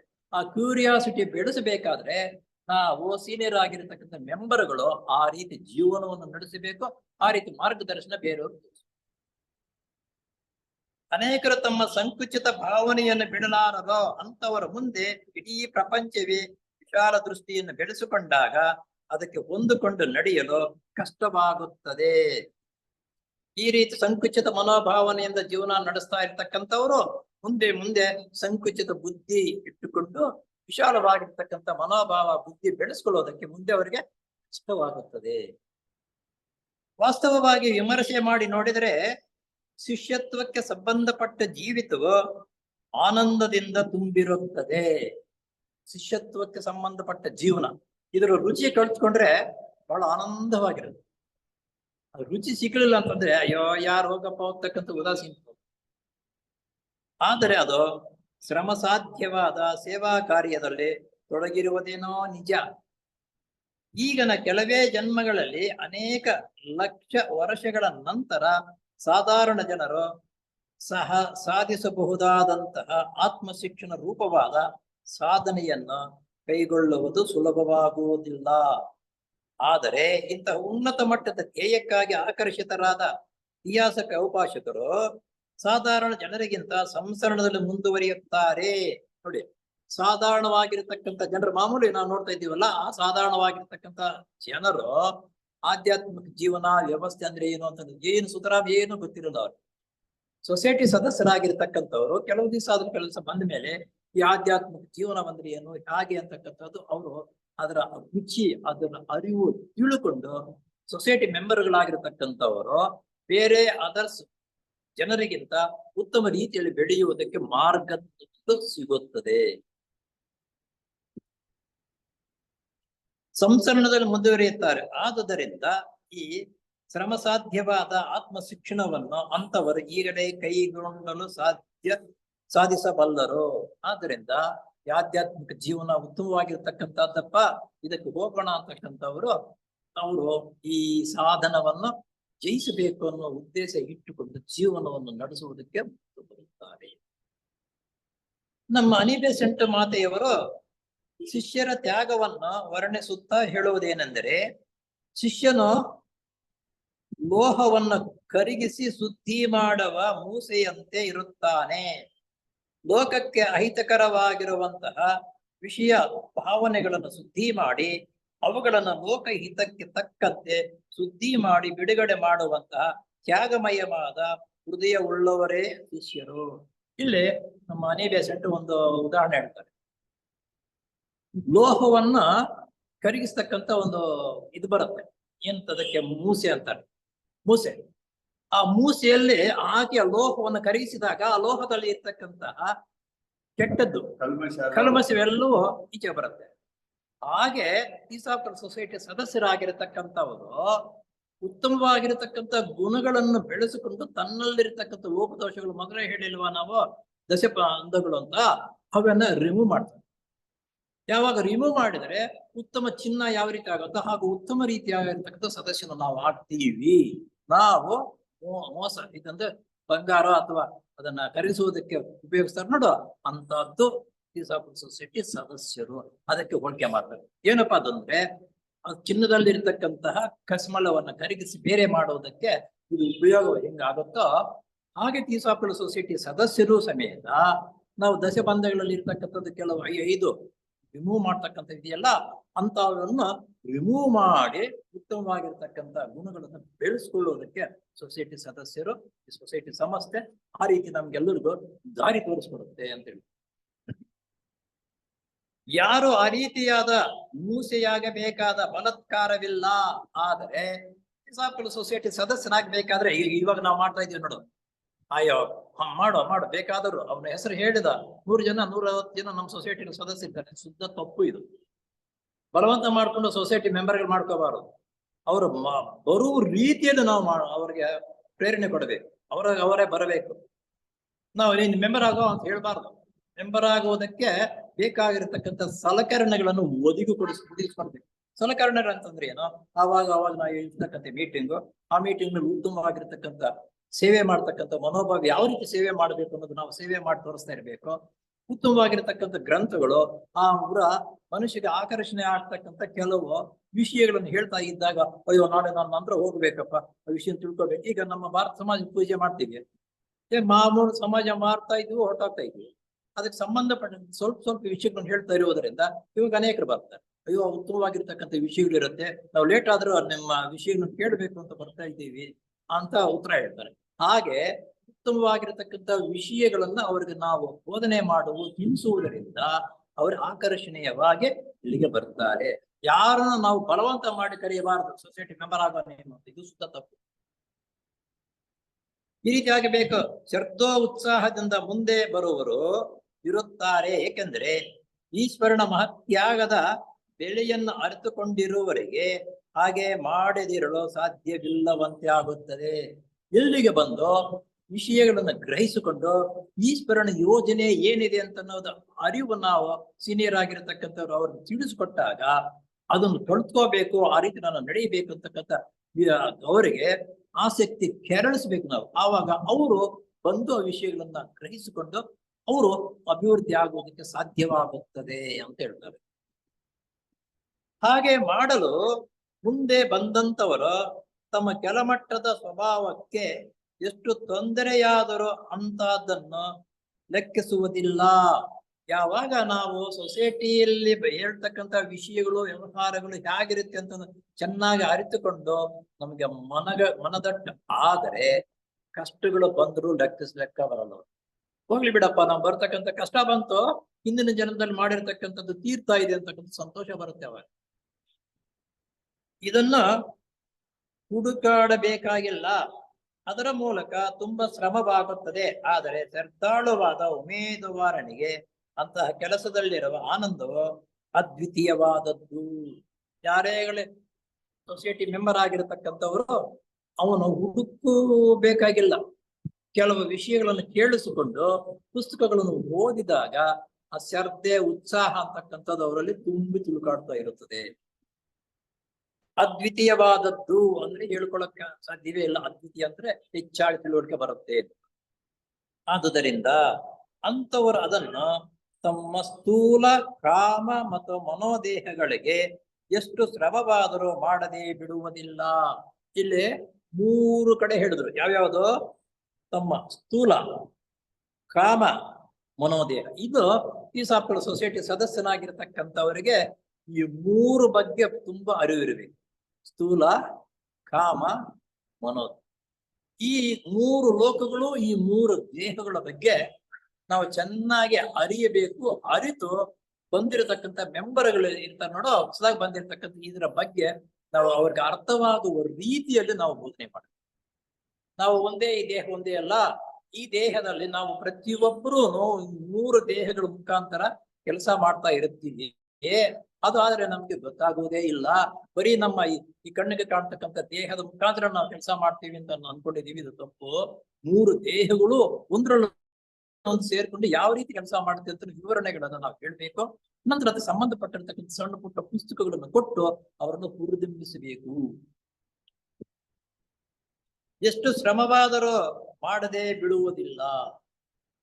ಅಂತವರು ಅನುಭವಿಸಬೇಕಾದ ಶ್ರಮವೆಲ್ಲ ಅದನ್ನು ಸಂಸರಣದಲ್ಲಿ ಹಿಂದಿರುವ 7ನೇ ಪ್ರದಕ್ಷಿಣೆಯಲ್ಲಿ ಸಾಕಾದಷ್ಟು ಸಂಸ್ಕರಣ ಹೊಂದದಿರುವ ಶರೀರಗಳಿಂದ ಸಾಧಿಸಬೇಕಾದ ಕೆಲಸವನ್ನು ಈಗಿನ 4ನೇ ಪ್ರದಕ್ಷಿಣೆ ಕಾಲದಲ್ಲಿ ಅಷ್ಟು ಬೆಳೆದಿಲ್ಲದ ಶರೀರಗಳಿಂದ ಸಾಧಿಸಬೇಕಾದ ಕಾರಣಕ್ಕೆ ಸಂಬಂಧಪಟ್ಟದ್ದು ಅಲ್ಲದೆ ಅಂತಹ ಶ್ರಮವು ಮುಂದಿನ ಲಕ್ಷಾಂತರ ವರ್ಷಗಳ ಅವಧಿಗೆ ಸಂಬಂಧಪಟ್ಟ ಜನ್ಮಗಳಿಗೆ ಹಂಚಲ್ಪಡುವುದರಿಂದ ಅಷ್ಟು ದೊಡ್ಡದಾಗಿ ಕಾಣುವುದಿಲ್ಲ. ಇಲ್ಲಿ ಏನಪ್ಪಾ ಅಂತಂದ್ರೆ ನೋಡಿ, ಇಲ್ಲೊಂದು ಉದಾಹರಣೆ ಜ್ಞಾಪಕ ಬರುತ್ತೆ.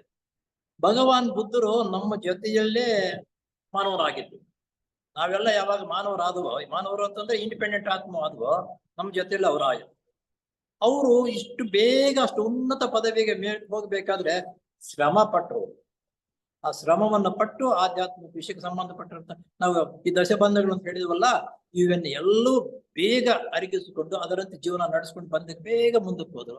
ಆ ಬೇಗ ಆ ರೀತಿ ಮುಂದಕ್ಕೆ ಹೋಗ್ಬೇಕಾದ್ರೆ ಎಷ್ಟು ಜೀವನದಲ್ಲಿ ವ್ಯವಹಾರದಲ್ಲಿ ಎಷ್ಟು ಕಷ್ಟಗಳಾಗಿರುತ್ತೆ ಅಂತ ಅನ್ನೋದು ನಾವು ಊಹಿಸ್ಕೋಬೇಕು. ಅಂತ ಕಷ್ಟ ನಾವು ಬೇಗ ಉಳಿಸ್ಕೊಂಡ್ರೆ ಬೇಗ ಅದನ್ನ ಮುಂದಕ್ಕೆ ಹೋಗ್ತೀವಿ. ಇಲ್ಲ ಅಂತಂದ್ರೆ ಸಾವಿರಾರು ವರ್ಷಗಳಿದೆ ಇನ್ನು 7ನೇ ಜನಾಂಗದಲ್ಲಿ ಬಂದು ಅಷ್ಟು ಹುಟ್ಟು ಸಾವು ಬಂದು ದೀರ್ಘವಾಗಿರ್ತಕ್ಕಂಥ ಕಾಲವು ಬಂದಾಗ ಸ್ವಲ್ಪ ಬಿಡಿಸ್ಕೊಂಡು ಮುಂದಕ್ಕೆ ಹೋಗ್ತೀವಿ. ಆದಾಗ್ಯೂ ಶಿಷ್ಯನಿಗೆ ಸ್ಥಿರನಾಗಿ ಲಭಿಸುವ ಶಾಂತ ಆನಂದಗಳು ಬೇರೆ ಮಾರ್ಗದಲ್ಲಿ ದೊರೆಯುವುದಿಲ್ಲ.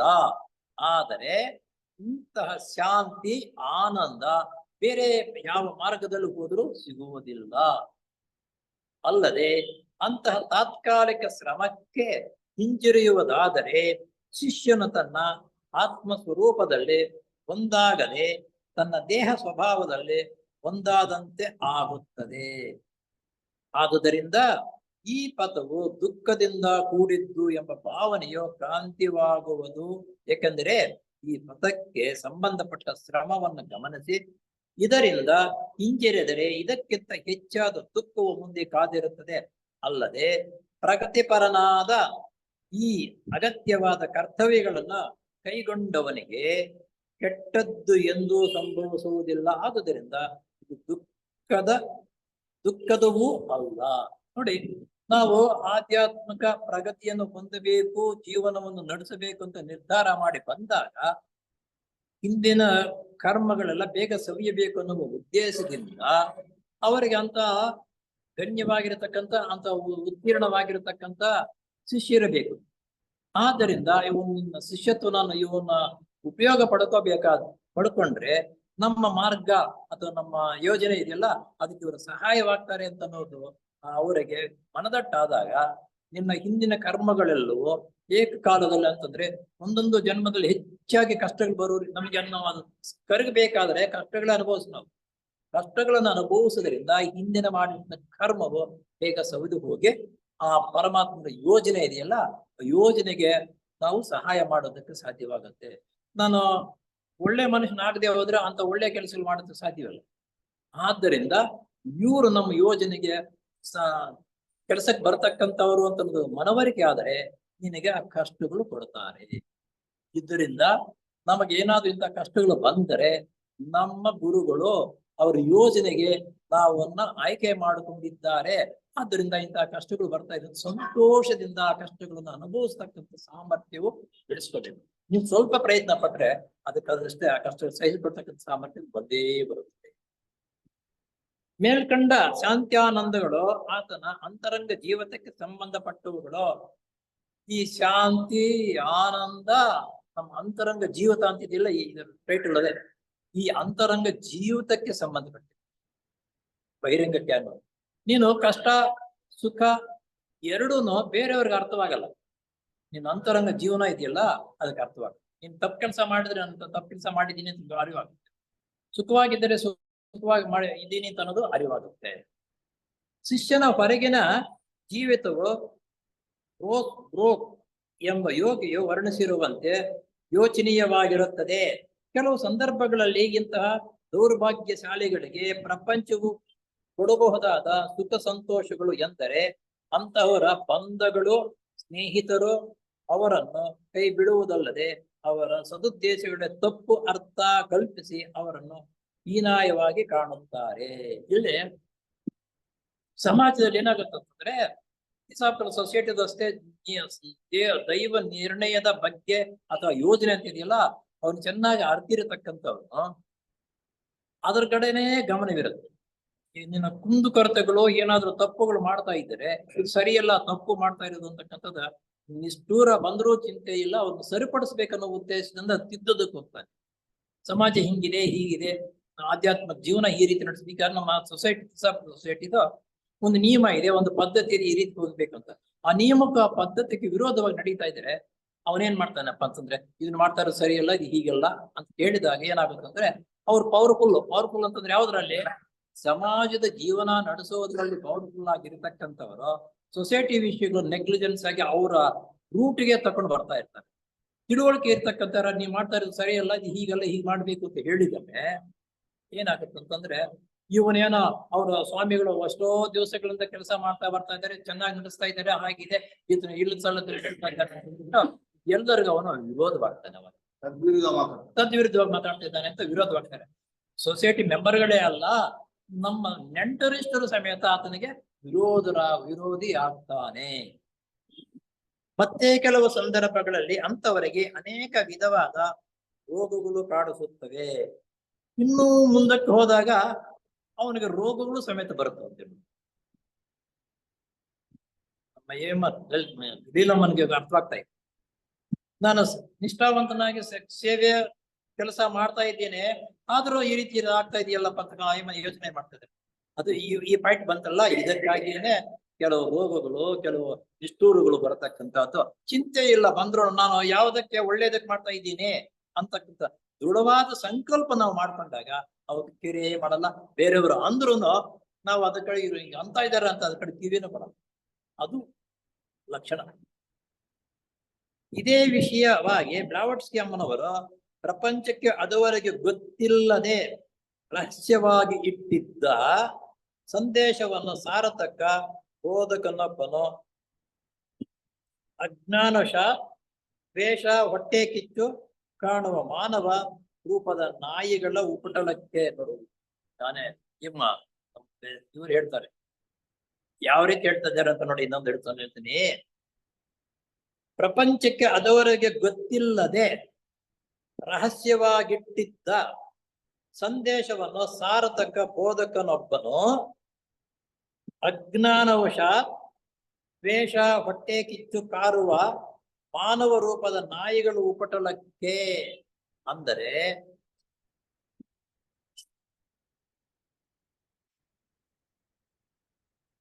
ಒಳಗಾಗದೆ ಇರುವುದಿಲ್ಲ. ಇದು ಗುಪ್ತವಿದ್ಯೆಗೆ ಸಂಬಂಧಪಟ್ಟ ಅನುಉಲ್ಲಂಘನೀಯವಾದ ಕಟ್ಟಳೆಯು. ಒಬ್ಬ ತಿಳುವಳಿಕೆ ಇರ್ತಕ್ಕಂಥವರು ಅವ್ರೇನಾದ್ರೂ ಒಂದು ಆಧ್ಯಾತ್ಮಿಕ ವಿಷಯವನ್ನೇ ಗ್ರಹಿಸಿಕೊಂಡು ಉತ್ತಮ ರೀತಿಯಲ್ಲಿ ಕೆಲಸ ಮಾಡ್ತಾ ಇದ್ದು ಅವರು ಬೇರೆಯವರು ಹೊಗಳಿಕೆ ಬೇಕು, ತೆಗಳಿಕೆ ಬೇಕು ಅಂತವ್ರು ಬಂದಾಗ ಅವನ ಸ್ವಲ್ಪ ಇವ್ರು ಈ ಕೆಲಸ ಬೇಡ, ಈ ಕೆಲಸ ಈಗ ನಮ್ಮಲ್ಲೇ ಇಟ್ಕೊಳ್ಳಿ. ಇಲ್ಲಿ ನಮ್ಮ ಸೊಸೈಟಿಗೆ ಸಂಬಂಧಪಟ್ಟಂತೆ ಇದನ್ನು ಮಾಡ್ತಕ್ಕಂಥದ್ದು ಯಾವ್ದಮ್ಮ ಮೊನ್ನೆ ನಾವು ಮಾಡ್ತಾ ಇದ್ದಿದ್ದು,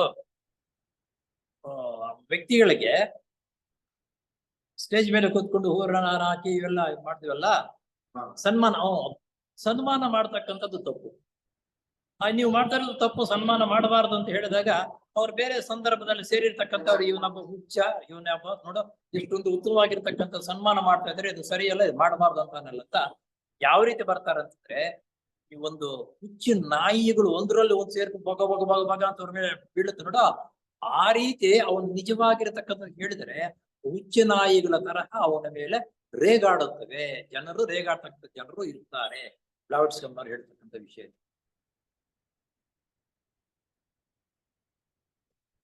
ಇದು ಗುಪ್ತವಿದ್ಯೆಗೆ ಸಂಬಂಧಪಟ್ಟ ಅನುಉಲ್ಲಂಘನೀಯವಾದ ಕಟ್ಟಳೆಯೋ. ಆ ಗುಪ್ತವಿದ್ಯೆ ಅಂತ ತಿಳ್ಕೊಂಡಾಗ ಅಂತದ್ದು ತಪ್ಪು. ನಮ್ಮ ಇನ್ನು ಇವರು ಹೇಳ್ತಾ ಇದ್ರು, ಒಂದು ದೇವಸ್ಥಾನಕ್ಕೆ ಹೋಗ್ತೀವಿ ನಾವು, ಮೊದಲಿಂದ ದೇವಸ್ಥಾನಗಳಿವೆ. ಆ ದೇವಸ್ಥಾನದಲ್ಲಿ ಪೂಜಾ ಪುನಸ್ಕಾರ ಮಾಡಿದ ಮೇಲೆ ಅವರಿಗೆ ಗಿಫ್ಟ್ ಆಗಿ ಅಥವಾ ಗಿಫ್ಟ್ ಒಂದು ಜನ ದೊಡ್ಡವರು ಅಂತ ಒಂದು ಕೊಬ್ಬರಿ ಚಿಪ್ಪೆನೋ ಒಂದಷ್ಟು ಹೂ ಹಾಕಿ ಕೊಟ್ರೆ ಒಂದು 10 ಜನ ಅಥವಾ 100 ಜನ ಇರ್ತಾರೆ. ಅವರಲ್ಲಿ ಇಬ್ಬರಿಗೆ ಎತ್ ಕೊಟ್ರೆ ಅವ್ರಿಗೆಲ್ಲರಿಗೂ ಏನು ಅನ್ಸುತ್ತೆ ಗೊತ್ತಾ, ಒಂದಲ್ಲ ಒಂದ್ಸಲ ನೋಡಪ್ಪ ಅವನೇನ ಮಹಾ ಬಂತ ಹೀಗೆ ಅಂತಕ್ಕಂಥದ್ದು ಅವರಲ್ಲಿ ಅಸೂಯೆ ಅಂತಕ್ಕಂಥದ್ದು ಎಬ್ಬಿಸ್ತೀವಿ ನಾವು. ಆದ್ದರಿಂದ ಸಾರ್ವಜನಿಕರ ಸೇವೆ ಮಾಡುವ, ಸಾರ್ವಜನಿಕರ ಸೇರುವುಗಳೇ ಎಲ್ಲರಿಗೂ ಯಾವ ರೀತಿ ಇರುತ್ತೋ ಅದೇ ರೀತಿ ಇರಬೇಕು ಹೊರತು ಒಬ್ಬನೇ ಎತ್ತುಗಟ್ಟು ಅವನಿಗೆ ಹೆಚ್ಚಿನ ಪ್ರೋತ್ಸಾಹ ಕೊಡಬಾರ್ದು ಅನ್ನೋದು ಆ ಉದ್ದೇಶ. ಅಂತಹ ಬೋಧಕನು ಹೆಂಗಿರ್ಬೇಕು, ಆ ರೀತಿ ಏನಾದ್ರು ಬಂದರೆ ಆ ಬೋಧನೆ ಮಾಡ್ತಾರಲ್ಲ ಅಂತವ್ರು ಹೇಗಿರ್ಬೇಕು ಅಂತ ಅನ್ನೋದು ಹೇಳ್ತಾರೆ.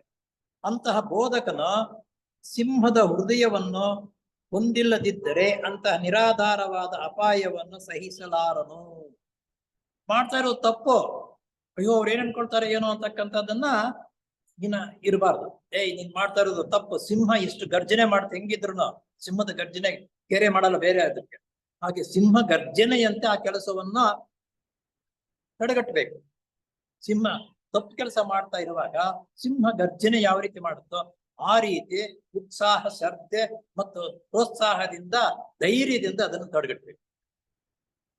ಆಮೇಲೆ ಅಪಾಯವನ್ನು ಸಹಿಸಲಾರನು ಮತ್ತು ಅದೇ ಕಾಲದಲ್ಲಿ ಮಗುವಿನಂತಹ ಕ್ಷಮಾಗುಣವಿಲ್ಲದಿದ್ದರೆ ಅಂತವನು ಕ್ಷಮಿಸುವುದಕ್ಕೆ ಸಾಧ್ಯವಿಲ್ಲದೆ ತನ್ನ ಮಹತ್ ಕಾರ್ಯವನ್ನು ಕೈ ಬಿಡಬೇಕಾಗುತ್ತದೆ. ಇನ್ನೊಂದ್ಸಲ ಏನಪ್ಪಾ ಅಂದ್ರೆ, ಎರಡು ಸಣ್ಣ ಮಗುಗೆ ಅಂತವನು ಕ್ಷಮಿಸುವುದಕ್ಕೆ ಸಾಧ್ಯವಿಲ್ಲದೆ ತನ್ನ ಮಹತ್ ಕಾರ್ಯವನ್ನು ಕೈ ಬಿಡಬೇಕಾಗುತ್ತದೆ. ಕ್ಷಮಾಗುಣ ಅಂತಕ್ಕಂಥದ್ದು ಮಕ್ಕಳಲ್ಲಿ ಯಾವ ರೀತಿ ಇರುತ್ತದೋ ಆ ರೀತಿ ಮಗುವಿನ ತರಹನೂ ಇವನು ಇರಬೇಕು. ಸಿಂಹದ ಗರ್ಜನೆ ಮಾಡೋ ರೀತಿಯಲ್ಲಿ ಆ ಸಂದರ್ಭ ಬಂದಾಗ ಹಂಗೆ ಇರ್ಬೇಕು. ಮಗು ಯಾವ ರೀತಿ ಅನ್ಯೋನ್ಯವಾಗಿರುತ್ತೋ ಆ ರೀತಿ ಅದು ಇರ್ಬೇಕು. ಅಂದ್ರೆ ಒಳ್ಳೆತನವೂ ಒಳ್ಳೇದಕ್ಕೆ ತೋರಿಸ್ಲೇಬೇಕು, ಕೆಟ್ಟದ್ ಮಾಡ್ತಾ ಇದ್ರೆ ಕೆಟ್ಟದ್ದು ಅನ್ನೋದನ್ನ ಘೋಷಣೆ ಮಾಡಬೇಕು. ಪ್ರಪಂಚವು ಹೊಸ ಬೋಧೆಯನ್ನ ಕಂಡರೆ ಅಪಹಾಸ್ಯ ಮಾಡುತ್ತದೆ. ಹೊಸದು ಬೋಧನೆ ಮಾಡಿದರೆ ಅಪಹಾಸ್ಯ ಮಾಡುತ್ತದೆ ಪ್ರಪಂಚ. ನಮಗೆ ಇದು ಅನಿಬೆಸೆಂಟ್ ಹಿಂದಿನ ಜನ್ಮ ಯಾವುದು? ಭ್ರೂಣ ಅಂತಕ್ಕಂಥ ಹೊಸದು ವಿಧಾನವನ್ನು ಹೇಳಿದಾಗ ನೀನ್ ಮಾಡ್ತಾ ಇರೋದು ಸರಿ ಇಲ್ಲ ಅಂತ ಕೇಳ್ಬಿಟ್ಟು ಹೀನಾಯವಾಗಿ ಮಾಡಿ ಕಡೆಗೆ ಸುಟ್ಟಾಗ್ತಾನೆ ಅಲ್ವಾ? ಇದೆಲ್ಲ ನಮ್ಗೆ ಗೊತ್ತಿರ್ತಕ್ಕ. ಭಗವಾನ್ ಬುದ್ಧರು ಬಂದು ಬೋಧನೆಯನ್ನ ಮಾಡ್ತಾ ಇರುವಾಗ ಅವ್ರು ಮಾಡ್ತಾ ಇರೋದು ಸರಿಯಲ್ಲ ಅಂತ ಹೇಳ್ಬಿಟ್ಟು ನಮ್ಮ ಭಾರತ ದೇಶದಲ್ಲಿ ಅದಕ್ಕೆ ಗೌರವ ಕೊಡ್ಲಿಲ್ಲ. ಅದಕ್ಕೆ ನಮ್ಮ ಭಾರತ ದೇಶಕ್ಕಿಂತ ವಿದೇಶಗಳಲ್ಲಿ, ಬೇರೆ ದೇಶಗಳಲ್ಲಿ ಬೌದ್ಧ ಮತಕ್ಕೆ ಹೆಚ್ಚಿನ ಪ್ರಾಧಾನ್ಯತೆ ಇದೆ. ಈ ರೀತಿ ಅವರು ಹೊಸದಾಗಿ ಹೇಳಿದ್ರು, ಇವರು ಅದಕ್ಕೆ ಒಪ್ಪಲಿಲ್ಲ. ಈ ರೀತಿ ಆಗುತ್ತೆ ಅಂತ ಅನ್ನೋದು ನಮ್ಮ ಇವರು ಹೇಳ್ತಾ ಇದ್ದಾರೆ. ಬ್ರಾಹ್ಮಣರು ಅವಕಾಶ ಕೊಡ್ಲಿಲ್ಲ ಅವಾಗ. ಅದಕ್ಕೆ ಹೇಳುದು, ಸುಮ್ನೆ ನಾವು ಬ್ರಾಹ್ಮಣರೇ ಅಂತ ಅನ್ನೋದಕ್ಕಿಂತ ನಾನು ಸುಮ್ನೆ ಹೇಳ್ಬಿಟ್ಟು ಅವಕಾಶ ಕೊಡ್ಲಿಲ್ಲ. ಈಗಲೂ ಒಪ್ಪಲ್ಲ ಬುದ್ಧರದ ಒಪ್ಪಲ್ಲ, ಅವರು ವಿರೋಧವೇ ಅವರು. ಪ್ರಪಂಚ ಹೊಸ ಬೋಧೆಯನ್ನು ಕಂಡರೆ ಅಪಹಾಸ್ಯ ಮಾಡುತ್ತದೆ. ಅಂತವರು ಅದನ್ನು ಹೀಯಾಡಿಸಿ ಕೊನೆಗೆ ಅದನ್ನು ಒಪ್ಪಿಕೊಂಡು ಅದು ತಮಗೆ ಮೊದಲಿನಿಂದಲೂ ಗೊತ್ತಿತ್ತೆಂಬುವುದೇ ನಟಿಸುತ್ತಾರೆ.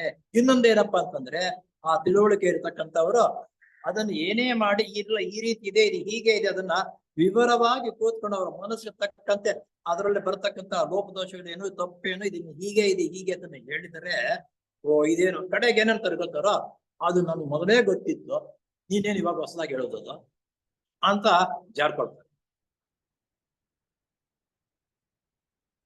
ಈ ಮತ್ತೆ ಅಂತಹ ಹೊಸ ಬೋಧೆಯನ್ನು ತಂದವನನ್ನು ಜನರು ನಾನಾ ವಿಧವಾದ ತೊಂದರೆಗಳಿಗೆ ಸಿಕ್ಕಿಸಿ ಕೊಂದು ಹಾಕುತ್ತಾರೆ. ಯೇಸು ಕ್ರಿಸ್ತನ ಅದೇ ರೀತಿ ಮಾಡಿದ್ರಲ್ಲ, ಹೊಸ ಬೋಧನೆ ಮಾಡಿ ಎಲ್ಲ ಮಾಡಿದಾಗ ಸರಿಯಲ್ಲ ಅಂತ ಹೇಳ್ಬಿಟ್ಟು ಕೊಂದಾಕಿದ್ರು. ಕೊಂದಾಕುವುದಕ್ಕೂ ಹಿಂದಕ್ಕೆ ಎಲ್ಲ ಭ್ರೂಣನೂ ಅಷ್ಟೇ, ಹೆಮ್ಮನನ್ನು ಕೊಂದಾಕಿದ್ರು. ಭ್ರೂಣ ಅವಾಗ ಗಂಡು, ಹೆಣ್ಣಲ್ಲ. ಮೌನವಾಣಿಯಲ್ಲಿ ಹೇಳುವಂತೆ ಉಮೇದುವಾರನ ಪ್ರಜ್ಞೆಯು 3 ಭವನಗಳನ್ನು ಹಾದು ಹೋಗುವುದರ ಮೂಲಕ ಶಿಕ್ಷಣ ಪಡೆಯುತ್ತದೆ. ನಮ್ಮ ಮೌನವಾಣಿ ಅಂತಕ್ಕಂಥದ್ದು ಬಹಳ ಪವಿತ್ರವಾಗಿರ್ತಕ್ಕಂಥ ಗ್ರಂಥ. ಅದರಲ್ಲಿ ಏನ್ ಹೇಳ್ತಾರೆ ಅಂದ್ರೆ, ಉಮೇದುವಾರನ ಪ್ರಜ್ಞೆಯು 3 ಭವನಗಳನ್ನು ಹಾದು ಹೋಗುವುದರ ಮೂಲಕ ಶಿಕ್ಷಣ ಪಡೆಯುತ್ತದೆ. 3 ಭವನಗಳು ಒಂದಾದ ಮೇಲೆ ಒಂದು. ಈಗ ನಮ್ಮ ದೇವಸ್ಥಾನ ನೋಡ್ಕೊಂಡ್ರೆ, ಆ ದೇವಸ್ಥಾನಕ್ಕೆ 3 ಪ್ರಕಾರಗಳು.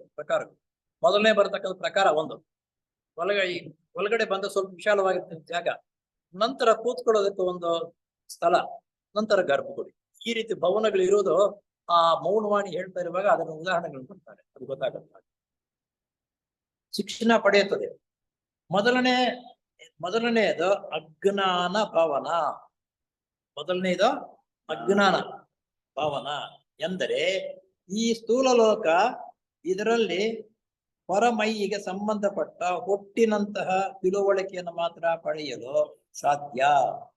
ಅಜ್ಞಾನ ಭವನದಲ್ಲಿ ಮೊಟ್ಟ ಮೊದಲ ಬಾರಿಗೆ ಮೇಲ್ಗಡೆ ಹುಟ್ಟು ಇದ್ದರೆ ನೋಡು, ಹುಟ್ಟು ಹೆಂಗಿರುತ್ತೆ, ಆ ಹುಟ್ಟು ಏನು ಅಂತ ಅನ್ನೋದು ತಿಳ್ಕೊಳ್ತಕ್ಕಂಥದ್ದು, ಅದು ಮೊದಲನೇ ಭವನ. ಮೈಗೆ ಸಂಬಂಧಪಟ್ಟ ಹುಟ್ಟಿನಂತಹ ತಿಳುವಳಿಕೆಯನ್ನು ಮಾತ್ರ ತಿಳಿಯಲು ಸಾಧ್ಯ, ಒಂದನೇ ಭವನ. ಎರಡನೇ ಭವನವೇ ಭೂವರ್ಲೋಕ. ಎರಡನೇ ಭವನ ಅಂತಕ್ಕಂಥದ್ದು ಭೂವರ್ಲೋಕ ಅಂತಂದ್ರೆ ಯಾವುದೋ ಕಾಮಲೋಕ. ಆ ಕಾಮಲೋಕಕ್ಕೆ ಸಂಬಂಧಪಟ್ಟ ನೋಡಿ, ನಾವು ಅಭಿವೃದ್ಧಿ ಹೊಂದಬೇಕಾದ್ರೆ ಕಾಮಲೋಕದಲ್ಲಿ ಬಹಳ ಬೇಗ ಅಭಿವೃದ್ಧಿ, ಹೀನಾಯವಾಗಿ ಹೋಗ್ಬೇಕಂದ್ರೆ ಅಷ್ಟೇ ಹೀನಾಯವಾಗಿ ಹೋಗ್ತೀವಿ. ಕಾಮಲೋಕ ಇಲ್ಲಿ ಉಮೇದವಾರಣಿಗೆ ಅನೇಕ ವಿಷಯಗಳು ತಿಳಿದು ಬರುತ್ತದೆ, ಅನೇಕ ವಿಷಯಗಳಲ್ಲಿ ತಿಳಿದು ಬರುತ್ತೆ. ಯಾಕಂದ್ರೆ ನಾವು ಸತ್ತ ಮೇಲೆ ಕಾಮಲೋಕಕ್ಕೆ ಹೋಗ್ತೀವಿ, ನಮಗಿಂತ ಮೊದಲು ಹೋಗಿರತಕ್ಕಂಥವ್ರು ಅನುಭವಗಳನ್ನ ಪಡೆದು ಇಲ್ಲಿ ಏನು ಸಿಗುತ್ತೆ, ಯಾವ ರೀತಿ ನಾವು ಅಭಿವೃದ್ಧಿ ಹೊಂದಬೇಕು ಅಂತಕ್ಕಂಥದ್ದು ಅವರಿಗೆ ಅನುಭವ ಚೆನ್ನಾಗಿ ಆಗಿರುವುದರಿಂದ ನಮ್ಮನ್ನು ಸುಲಭವಾಗಿ ಅಂತ ಕಡೆ ಕರ್ಕೊಂಡು ಹೋಗಿ ನಮ್ಮ ಜೀವನಕ್ಕೂ ಯಾವ ರೀತಿ ಮುಂದುವರಿಯಬಹುದಕ್ಕೆ ಬೋಧನೆಗಳು ಎಲ್ಲಿ ಆಗ್ತಾ ಇರುತ್ತೋ ಅಂತ ಕಡೆ ಪರಿಚಯ ಮಾಡಿಸ್ಕೊಡ್ತಾರೆ. ಆದ್ರಿಂದ ನಾವು ಬೇಗ ಮುಂದಕ್ಕೆ ಹೋಗಬಹುದು. ಇದು ಎರಡನೇ ಭವನ, ಕಾಮಲೋಕ. ನಮ್ಮ ಭೂವರ್ಲೋಕಕ್ಕೆ ಸಂಬಂಧಪಟ್ಟ ಜ್ಞಾನೇಂದ್ರಿಯಗಳು ಉನ್ಮಿಲನವಾದಾಗ ಆಶ್ಚರ್ಯವೋ ಆಶ್ಚರ್ಯ. ಭೂವರ್ಲೋಕ ನಮ್ಮ ಜ್ಞಾನೇಂದ್ರಿಯಗಳು ಉನ್ಮಿಲನವಾದಾಗ ಆಶ್ಚರ್ಯವೋ ಆಶ್ಚರ್ಯ. ಜ್ಞಾನ ಹೆಚ್ಚಾಗಿ ಬಂದಾಗ ಎಷ್ಟು ಬುದ್ಧಿವಂತನಾಗಿ ಎಷ್ಟು ವಿಷಯವನ್ನು ಸರಾಗವಾಗಿ ಹೇಳಿದನಪ್ಪ ಅಂತ ಆತನಿಗೆ ಸಂತೋಷವಾಗುತ್ತೆ. ತಿಳ್ಕೊಂಡು ಮೊದಲು ಆ ರೀತಿ ಸ್ಥೂಲ ಲೋಕಕ್ಕಿಂತಲೂ ಎಷ್ಟೋ ಹೆಚ್ಚಾಗಿ ತಿಳುವಳಿಕೆಯು ಲಭಿಸುತ್ತದೆ. ಒಂದೊಂದು ಬಾರಿ ತಿಳಿಯಬೇಕಾದದ್ದನ್ನೆಲ್ಲ ತಿಳಿದವು ಎಂಬ ಭ್ರಾಂತಿ ಬರುವಷ್ಟು ನಮ್ಮ ತಿಳುವಳಿಕೆಯು ವಿಸ್ತರಿಸುತ್ತದೆ. ನೋಡು, ಒಂದು ತಿಳುವಳಿಕೆ, ಒಂದು ವಿಷಯವನ್ನು ತಿಳ್ಕೋಬೇಕು ಅಂತ ಆಸೆ ಬಂದು ಕೆಲವು ವಿಷಯಗಳನ್ನು ಗ್ರಹಿಸಿಕೊಂಡ ಮೇಲೆ ಇನ್ನೂ ಕೆಲವು ವಿಷಯಗಳನ್ನು ಗ್ರಹಿಸ್ಕೋಬೇಕು, ಇನ್ನೂ ಮುಂದುವರಿಯಬೇಕು ಅಂತಕ್ಕಂಥ ಆಸೆ ಅವನಲ್ಲಿ ಬೆಳವಣಿಗೆ. ಒಂದು ಪುಸ್ತಕ ತೆಗೆದುಕೊಂಡು ನಾವು ಓದ್ತಾ ಇದ್ರೆ ಅದ್ರಲ್ಲಿ ಬರತಕ್ಕಂಥ ವಿಷಯಗಳು ನಮ್ಮ ಮನಸ್ಸಿಗೆ ಚೆನ್ನಾಗಿ ಮನದಟ್ಟಾದರೆ ಆ ಪುಸ್ತಕ ಕೆಳಗಡೆ ಇಡೋದಕ್ಕೆ ನಮ್ಮ ಮನಸ್ಸು ಬರಲ್ಲ, ಓದ್ತಾನೆ ಇರ್ತೀವಿ, ಇನ್ನೂ ಓದ್ಬೇಕು ಅನ್ಸುತ್ತೆ. ಅದರಲ್ಲಿ ಬರ್ತಕ್ಕಂಥ ವಿಷಯಗಳು ನಮ್ಮ ಮನಸ್ಸಿಗೆ ಮನದಟ್ಟ ಆಗದೆ ಹೋದ್ರೆ ಬೇಚಾರ ಆಗ್ಬಿಟ್ಟು ಸ್ವಲ್ಪ ಹೊತ್ತಿಗೆ ಕೆಳಗಿಡ್ತೀವಿ. ನಮ್ಮ ಜ್ಞಾನ ಬೆಳವಣಿಗೆ ಆದಷ್ಟು ಬೇರೆ ಜ್ಞಾನವನ್ನ ತಿಳ್ಕೊಳ್ಳುವುದಕ್ಕೆ ನಮಗೆ ಸುಲಭವೂ ಆಗತ್ತೆ, ನಮಗೆ ಆಶ್ಚರ್ಯವೂ ಆಗತ್ತೆ. ಹೆಚ್ಚಿನ ವಿಷಯಗಳು ತಿಳ್ಕೋಬೇಕು ಅಂತಕ್ಕಂತಹ ಒಂದು ವಿಧವಾಗಿರತಕ್ಕಂಥ ಪ್ರೋತ್ಸಾಹವು ನಮಗೆ ಸಿಗುತ್ತದೆ. ಅವೆಲ್ಲವೂ ಬೇರೆಯವರಿಂದಲ್ಲ, ನಮ್ಮಲ್ಲೇ ನಾವು ಅದನ್ನ ಉದ್ಭವಿಸಿಕೊಳ್ಳಬೇಕು. ತಿಳುವಳಿಕೆ ವಿಸ್ತರಿಸುತ್ತದೆ, ಆದರೆ ಮುಂದಿನ ಹೆಜ್ಜೆಯು ಇದರ ಟೊಳ್ಳುತನವನ್ನು ಎದ್ದು ಕಾಣುವಂತೆ ಮಾಡುತ್ತದೆ. ನೋಡಿ, ಇಲ್ಲಿ ಇನ್ನೊಂದು ನಮ್ಮ ಅನುಭವದಲ್ಲಿ ಹೇಳ್ತೀನಿ. ಸರ್ಕಲ್ ಸೊಸೈಟಿ ಸದಸ್ಯನಾಗಿರ್ತಕ್ಕಂಥ ಒಂದ್ 2-3 ವರ್ಷ ಬರ್ತಾರೆ, ಚೆನ್ನಾಗಿ ಮೊದಲು ಬಂದಾಗ ಚೆನ್ನಾಗಿ ದುಡಿಮೆ ಮಾಡ್ತಾರೆ, ಕೆಲಸ ಮಾಡ್ತಾರೆ, ಪುಸ್ತಕಗಳು ಓದ್ತಾರೆ. ಒಂದ್ 2 ವರ್ಷ ಆಯ್ತು, 2 ವರ್ಷ 3 ವರ್ಷ ಆಯ್ತು ಅಂತಂದ್ರೆ ಜಿಗುಪ್ಸೆ ಬಂದ್ಬಿಡ್ತೆ ಕೆಲವರಿಗೆ, ಬರೋದೇ ಇಲ್ಲ ನಂತರ. ಯಾಕಪ್ಪ ಅಂತಂದ್ರೆ ಅದೇನು ಅಂತನ್ನೋದು ಅದನ್ನ ಹೇಳ್ತೀವಿ. ಅದನ್ನ ಆ ರೀತಿ ಆಗೋಗ್ಬಿಟ್ಟು ಏನಾಗ್ತಾರೆ, ಇಲ್ಲಿ ನಮ್ಮ ಸೊಸೈಟಿ ಸೀನಿಯರ್ ಆಗಿರ್ತಕ್ಕಂಥ ಲೀಡರ್ ಇದ್ದಾರಲ್ಲ, ಅದನ್ನ ಹುರಿದುಂಬಿಸ್ಬೇಕು. ಅವಾಗ ಅವರ ನಾಡಿ ಏನಿದೆ ಅಂತ ತಿಳ್ಕೋಬೇಕು. ನಾವು ಸದಸ್ಯನಾಗಿರ್ತಕ್ಕಂಥವ್ರು, ಅನುಭವಲಾಗಿರ್ತಕ್ಕಂಥವ್ರು, ಅವನು ಬಿಟ್ಟು ಹೋಗೋದಕ್ಕೆ ಕಾರಣವೇನು, ಅವನು ಬಿಟ್ಟು ಹೋಗೋದಕ್ಕೆ ನಮ್ಮಲ್ಲೇ ಲೋಪದೋಷ ಇದೆಯಾ, ಅವನಲ್ಲಿ ಲೋಪದೋಷ ಇದೆಯಾ ಅಂತ ಅನ್ನೋದು ಅರಿತುಕೊಂಡು ಮೇಸ್ಟ್ ಆಗಿರ್ತಕ್ಕಂಥವ್ರು ಸ್ಟೂಡೆಂಟ್ಗಳು ಕೆಲವ್ರಿಗೆ ಚೆನ್ನಾಗಿ ಅರ್ಥವಾಗುತ್ತೆ, ಕೆಲವ್ರಿಗೆ ಅರ್ಥವಾಗಿಲ್ಲ. ಅರ್ಥವಾಗದೇ ಇರ್ತಕ್ಕಂಥ ಸ್ಟೂಡೆಂಟ್ಗಳು ಬೇರೆ ರೂಪದಲ್ಲಿ ಪಾಠ ಮಾಡ್ತಾರೆ. ಅದೇ ರೀತಿ ಇಲ್ಲೂ ಅಷ್ಟೇ, ಆ ಬಿಟ್ಟು ಹೋಗ್ತಕ್ಕಂಥದ್ದು ಜಿಗುಪ್ಸೆ ಬರ್ತಕ್ಕಂಥವ್ರು ಅವನು ಬಂದು ಹೋಗ್ತಾ ಇರುವಾಗ ಯಾವುದೋ ಒಂದು ಅಡ್ಡಿ ನೆಪ ಹೇಳೋದು, ಇವತ್ತನ್ನು ಬರಕ್ ಆಗ್ಲಿಲ್ಲಪ್ಪ ಅಂತ ಹೇಳ್ಬೇಕಾಗ್ತದೆ. ಇದನ್ನ ಅರಿತುಕೊಂಡು ಅವನ ಬರುವ ರೀತಿಯಲ್ಲಿ ಅದಕ್ಕೆ ಸಂಬಂಧಪಟ್ಟಿರ್ತಕ್ಕಂಥ ವಿಷಯಗಳನ್ನ ಅವನು ಮನದಟ್ಟಾಗುವ ರೀತಿಯಲ್ಲಿ ನಾವು ಬೋಧನೆ ಮಾಡ್ತಾ ಇರ್ತೀವಿ. ಆವಾಗ ಅವನು ಬಿಡಲ್ಲ. ಹೇಳಿದ್ದನ್ನೇ ಹೇಳ್ಕೊಂಡು ಅಷ್ಟೇ ಯಾವಾಗ್ಲೂ ಒಂದೇ ರೀತಿ ಒಂದೇ ಪದ್ಧತಿ ಇದ್ದರೆ, ಅಯ್ಯೋ ಎಷ್ಟು ದಿವಸ ಹೋದ್ರು ಅಲ್ಲಿ ಅಷ್ಟೇನ ಬರೋದು, ಯಾತಕ್ಕೆ ಬಿಡಪ್ಪ, ಪರಿವರ್ತನೆ ಮಾಡ್ಬೇಕು ಅವನ್ನ. ಅದು ನಾವು ಪರಿವರ್ತನೆ ಮಾಡಬೇಕು ಬೇರೆಯವರು. ಆ ಪರಿವರ್ತನೆ ಮಾಡಿದ ಹೇಳಿದ್ದನ್ನೇ ಹೇಳ್ಕೊಂಡು ಮಾಡಿದ್ದನ್ನೇ ಮಾಡ್ತಿದ್ರೆ, ಅಯ್ಯೋ ಬಿಡಪ್ಪ ಅಲ್ಲಿಗೆ ಹೋದ್ರು ಅಷ್ಟೇ ಏನು ಸಿಗಲ್ಲ ಅಂತ ಹೊರಟೋಗಿ. ಈ ತಿಂಡಿ ತೀರ್ಥ ಕೊಡ್ತಾ ಇರೋದ್ರಿಂದ ಏನಾಗುತ್ತೆ, ಅದ್ರಲ್ಲಿ ಆಸಕ್ತಿ ಇರ್ತಕ್ಕಂಥ ಆ ಟೈಮ್ ಸರಿಯಾಗಿ ಬಂದ್ಬಿಟ್ಟಿದ್ ನಿಂತ್ಕೊಳ್ತಾರೆ. ಆ ವಿಷಯ ತಿಳ್ಕೊಬೇಕಂತಕ್ಕಂಥವ್ನಿಗೆ ಅವರು ತಿಂಡಿ ಬೇಕಾಗಿಲ್ಲ. ಇದು ಈ ರೀತಿ ಕೆಲವು ದಿವಸ ಆದ್ಮೇಲೆ ಆಸಕ್ತಿ ಕಳ್ಕೊಂಡು ಹೋಗ್ತಾರೆ. ಆದರೆ ಮೌನವಾಣಿಯು ಈ ಲೋಕದಲ್ಲಿರುವ ಪ್ರತಿಯೊಂದು ಹೂವಿನ ಕೆಳಗೂ ಒಂದೊಂದು ಆಸೆ ಎಂಬ ಸರ್ಪವು ಮಲಗಿದೆ ಎಂಬುದಾಗಿ ಎಚ್ಚರಿಸುತ್ತದೆ. ಆದರೆ ಈ ಮೂರು ಲೋಕಗಳು ಇದೆಯಲ್ಲ, ಆ ಮೂರು ಲೋಕಗಳ ಬಗ್ಗೆನೂ ಒಂದೊಂದು ಹೂವು, ಅವರು ಹೂವು ಹೋಲಿಕೆ ಮಾಡ್ತಾರೆ. ಹೂವು ಚೆನ್ನಾಗಿದೆ ಅಂತಂದ್ರೆ ಹೂವಿನ ಕೆಳಗಡೆ ಒಂದು ಸರ್ಪ ಇರುತ್ತೆ. ಸರ್ಪ ಅಂತಂದ್ರೆ ನಾವು ಮಾಡ್ತಕ್ಕಂಥ ಕೆಟ್ಟದ್ದು, ಆಯಾ ಲೋಕಕ್ಕೆ ಸಂಬಂಧಪಟ್ಟಿರ್ತಕ್ಕಂಥ ಕೆಟ್ಟ ಭಾವನೆಗಳು ಇದೆಯಲ್ಲ, ಅವು ಉಕ್ಕಿ ಬರುತ್ತಲ್ಲ, ಅದೇ ಸರ್ಪಕ್ಕೆ ಅಂತ ಗೊಳಿಸಿರುತ್ತೆ. ಅದಕ್ಕೋಸ್ಕರ ಎಲ್ಲ ಅಂದ್ರೆ ಎಲ್ಲ ಹೂವಿನ ಕೆಳಗಡೆ ಏನು ಸರ್ಪ ಇರಲ್ಲ. ಇಂತಹ ಕೆಳಮಟ್ಟದ ಆಸೆಯನ್ನು ಉಮೇದುವಾರನು ಕೊಲ್ಲುವವರೆಗೂ ಆ ಸಂಬಂಧವಾದ ಉತ್ಕಾಂಕ್ಷೆಯು ಮೂಡುವುದಿಲ್ಲ. ಆ ಕೆಳಮಟ್ಟದ ನಿಯಮ ಏನಿದೆ ಅಂತ ಅನ್ನೋದನ್ನ ಅದನ್ನ ಜಯಿಸುವ ತನಕ, ಅಂದ್ರೆ ಕೊಲ್ಲುವುದು ಅಂತ ಅರ್ಥ. ಕೊಲ್ಲುವುದು ಅಂದ್ರೆ ಅದನ್ನು ಜಯಿಸ್ಬೇಕು, ನಾವು ಕೆಟ್ಟದ್ದನ್ನು ಜಯಿಸ್ಬೇಕು. ಆಗ ಅದು ನಮಗೆ ಪರಿವರ್ತನೆ ಹೊಂದಿಸುತ್ತದೆ. ಉದಾಹರಣೆಗಾಗಿ, ಸ್ವಾರ್ಥದಿಂದ ಕೂಡಿದ ಪ್ರೇಮದಲ್ಲಿನ ಸ್ವಾರ್ಥವನ್ನು ಮೂಲೋತ್ಪಾಟನೆ ಮಾಡಿ ನಿಷ್ಕಾಮ ಪ್ರೇಮ ಎಂದರೆ ಪ್ರೇಮ ಪಾತ್ರರ ಹಿತವನ್ನೇ ಲಕ್ಷ್ಯದಲ್ಲಿ ಇಟ್ಟುಕೊಂಡು ಕೊಂಡಿರುವ ಪರಿಶುದ್ಧನಾದ ಪ್ರೇಮ. ನೀವು ಪ್ರೇಮ ಅಂತಕ್ಕಂಥದ್ದು ಸಾರ್ವಜನಿಕ ಸಂಬಂಧಪಟ್ಟ ಪ್ರೇಮ ಅಂತಂದ್ರೆ 2-3 ರೀತಿಯಿಂದ ನಾವು ಪ್ರೇಮಿಸ್ತೀವಿ. ಊಟಾಟಕ್ಕಾಗಿ ಪ್ರೇಮ ಮಾಡ್ತಕ್ಕಂಥದ್ದು, ಅಥವಾ ಚಿಕ್ಕ ಮಕ್ಕಳನ್ನ ಒಂದ್ ರೀತಿ ಪ್ರೀತಿಸ್ತಕ್ಕಂಥದ್ದು. ಪ್ರೇಮ ಅಂತಕ್ಕಂಥದ್ದು ಊಟಾಟಿಕೆ ಅಲ್ಲದಿರ, ಕೆಲವರು ಊಟಾಟಿಕೆಯಿಂದ ಬಹಳ ಹೊಗಳ್ತಾರೆ, ಪ್ರೇಮ ಪ್ರೀತಿ ತೋರಿಸ್ದಂಗೆ ಇರುತ್ತೆ, ಅದು ಊಟಾಟಿಕೆ, ಅದು ಇರೋಲ್ಲ. ನಾವು ಸಾರ್ವತ್ರಿಕವಾಗಿ ಪ್ರೇಮವನ್ನು ಬೆಳೆಸ್ಕೋಬೇಕು. ಏನಪ್ಪಾ ಅಂದ್ರೆ ಸ್ವಾರ್ಥದಿಂದ ಕೂಡಿದ ಪ್ರೇಮದಲ್ಲಿನ ಸ್ವಾರ್ಥವನ್ನು ಮೂಲೋತ್ಪಾಟನೆ ಮಾಡಿ ನಿಷ್ಕಾಮ ಪ್ರೇಮ. ನಿಷ್ಕಾಮ ಅಂತಂದ್ರೆ ನಿನ್ನ ಪ್ರೀತಿಸುವುದರಿಂದ, ನಿನ್ನ ಹೊಗಳಿಕೆ ಮಾಡೋದ್ರಿಂದ ನನಗೇನಾದ್ರೂ ಲಾಭ ಇದೆಯಾ ಅಂತ ಅನ್ನೋದು ಬಿಟ್ಟು ನಿಷ್ಕಾಮ ಅಂದ್ರೆ ಅಂತ ಲಾಭ ಏನು ಇಲ್ಲದಿರ ಉತ್ತಮ ರೀತಿಯಲ್ಲಿ ಮಾತು ವ್ಯವಹಾರ ಬೆಳೆಸ್ಕೊಂಡಾಗ ಪ್ರೇಮ ಅನ್ನೋದು ಅದಷ್ಟಕ್ಕೆ ಬರುತ್ತೆ. ಬೈಟು ಕಾಫಿ ಕೊಡಿಸೋದು, ಟಿಫನ್ ಕೊಡಿಸೋದ್ರಿಂದ ಪ್ರೀತಿ ಬರುತ್ತೆ ಕೆಲವು ದಿವಸ, ಅದು ಜಾಸ್ತಿ ದಿವಸ ಇರಲ್ಲ, ತತ್ಕಾಲಕ್ಕಷ್ಟೇ. ಪ್ರೇಮ ಎಂದರೆ ಪ್ರೇಮ ಪಾತ್ರ ಹಿತವನ್ನೇ ಲಕ್ಷ್ಯದಲ್ಲಿ ಇಟ್ಟುಕೊಂಡಿರುವ ಪರಿಶುದ್ಧವಾದ ಪ್ರೇಮ ಭಾವನೆಯನ್ನು ಬೆಳೆಸಿಕೊಳ್ಳಬೇಕಾಗುತ್ತದೆ. ಇಂತಹ ಉನ್ನತ ಮಟ್ಟದ ದೈವಿಕ ಪ್ರೇಮವು ಈ ಮಾರ್ಗದಲ್ಲಿನ ಪ್ರಗತಿಗೆ ಮೂಲಾಧಾರವಾದದ್ದು. ಈ ಪ್ರಗತಿ, ನಾವು ದೈವಿಕವಾದ ಈ ಪ್ರಗತಿಗೆ ಮೂಲಾಧಾರವಾಗಿರ್ತಕ್ಕಂಥದ್ದು ನಿಷ್ಕಾಮ ಪ್ರೇಮವನ್ನು ಬೆಳೆಸ್ಕೋಬೇಕು ಯಾವಾಗಲೂ. ಮತ್ತು ಅಗತ್ಯವಾಗಿ ಬೆಳೆಸಿಕೊಳ್ಳಬೇಕಾದದ್ದು, ಇಂತಹವನನ್ನು ಪ್ರೀತಿಸಿದರೆ ನನಗೆ ಎಂತಹ ಪ್ರಯೋಜನ ಪಡೆಯಬಹುದು. ನಾವು ಮೊದಲೇ ಗೆಸ್ ಮಾಡ್ಕೊಳ್ತೀವಿ, ಇಂಥವ್ರ ಹತ್ರ ಯಾವ ರೀತಿ ಪ್ರೀತಿ ಮಾಡಿದ್ರೆ ಅವರಿಂದ ನಾವು ಪ್ರಯೋಜನ ಪಡೆಯಬಹುದು ಅಂತ ಮೊದಲೇ ಕ್ಯಾಲ್ಕುಲೇಷನ್ ಮಾಡ್ಕೊಂಡು ಆ ಮನುಷ್ಯನ ತಕ್ಕಂತ ಮಾತನಾಡ್ತಕ್ಕಂಥ ಪ್ರೀತಿ ಪ್ರೇಮ ಸಲ್ಲಿಸ್ತಕ್ಕಂಥದ್ದು ಸರಿಯಲ್ಲ. ಅದು ಎಂಬ ಪ್ರೇಮವು ದೂಷವಾದದ್ದು. ಆ ರೀತಿ ಪ್ರೇಮ ಅಂತಕ್ಕಂಥದ್ದು ಸರಿಯಲ್ಲ. ಅದು ಇತರರ ಹಿತವನ್ನೇ ಚಿಂತಿಸತಕ್ಕ ನಿಸ್ವಾರ್ಥ ಪ್ರೇಮವು ದೈವಿಕವಾದದ್ದು. ಇತರರ ಹಿತವನ್ನೇ ನೆನೆಸುವುದು ಅಂದ್ರೆ, ಯಾಕೋ ಪಾಪ ತುಂಬಾ ಚೆನ್ನಾಗಿ ಓದ್ತಾ ಇದ್ರು, ಚೆನ್ನಾಗಿ ಬರ್ತಾ ಇದ್ದ, ಯಾಕೆ ಈ ರೀತಿ ಇವಾಗ ಬರಲ್ಲ ಅವನು, ಯಾಕೆ ಈ ರೀತಿ ಆಗ್ತಾ ಇದ್ದಾನೆ, ಅಯ್ಯೋ ಏನೋ ತೊಂದರೆ ಇದೆಪ್ಪ ಅಂತಕ್ಕಂಥದ್ದು ನಿಸ್ವಾರ್ಥ ಪ್ರೇಮದಿಂದ ಅವನನ್ನ ಈ ರೀತಿ ಕೆರಳಿಸ್ಬೇಕು. ಇತರರ ಹಿತವನ್ನೇ ಚಿಂತಿಸತಕ್ಕ ನಿಸ್ವಾರ್ಥ ಪ್ರೇಮವು ದೈವಿಕವಾದದ್ದು. ಅಂತಹ ಶುದ್ಧ ಪ್ರೇಮವನ್ನು ಬೆಳೆಸಿಕೊಳ್ಳಬೇಕು. ಏಕೆಂದರೆ ಅಂತಹ ಪ್ರೇಮವ ತನ್ನ ಪೂರ್ತ ಮರೆತು ಸಂಬಂಧಪಟ್ಟವರ ಹಿತವನ್ನು ಮಾತ್ರ ಚಿಂತಿಸುತ್ತಾನೆ. ತನ್ನ ಹಿತಾಸಕ್ತಿಯನ್ನು ಪೂರ್ಣವಾಗಿ ಮರೆತು ಬಿಟ್ಟು ಬೇರೆಯವರ ಹಿತಾಸಕ್ತಿಯನ್ನೇ ಕೋರತಕ್ಕಂಥ ಸಾಮರ್ಥ್ಯ ಇವನನ್ನು ಬೆಳೆದಾಗ ತನ್ನಷ್ಟಕ್ಕೆ ತಾನೇ ಮರ್ತ. ಕಾಮಲೋಕವು ಮಾಯಾಭ್ರಾಂತಿಯಿಂದ ಕೂಡಿದ್ದು.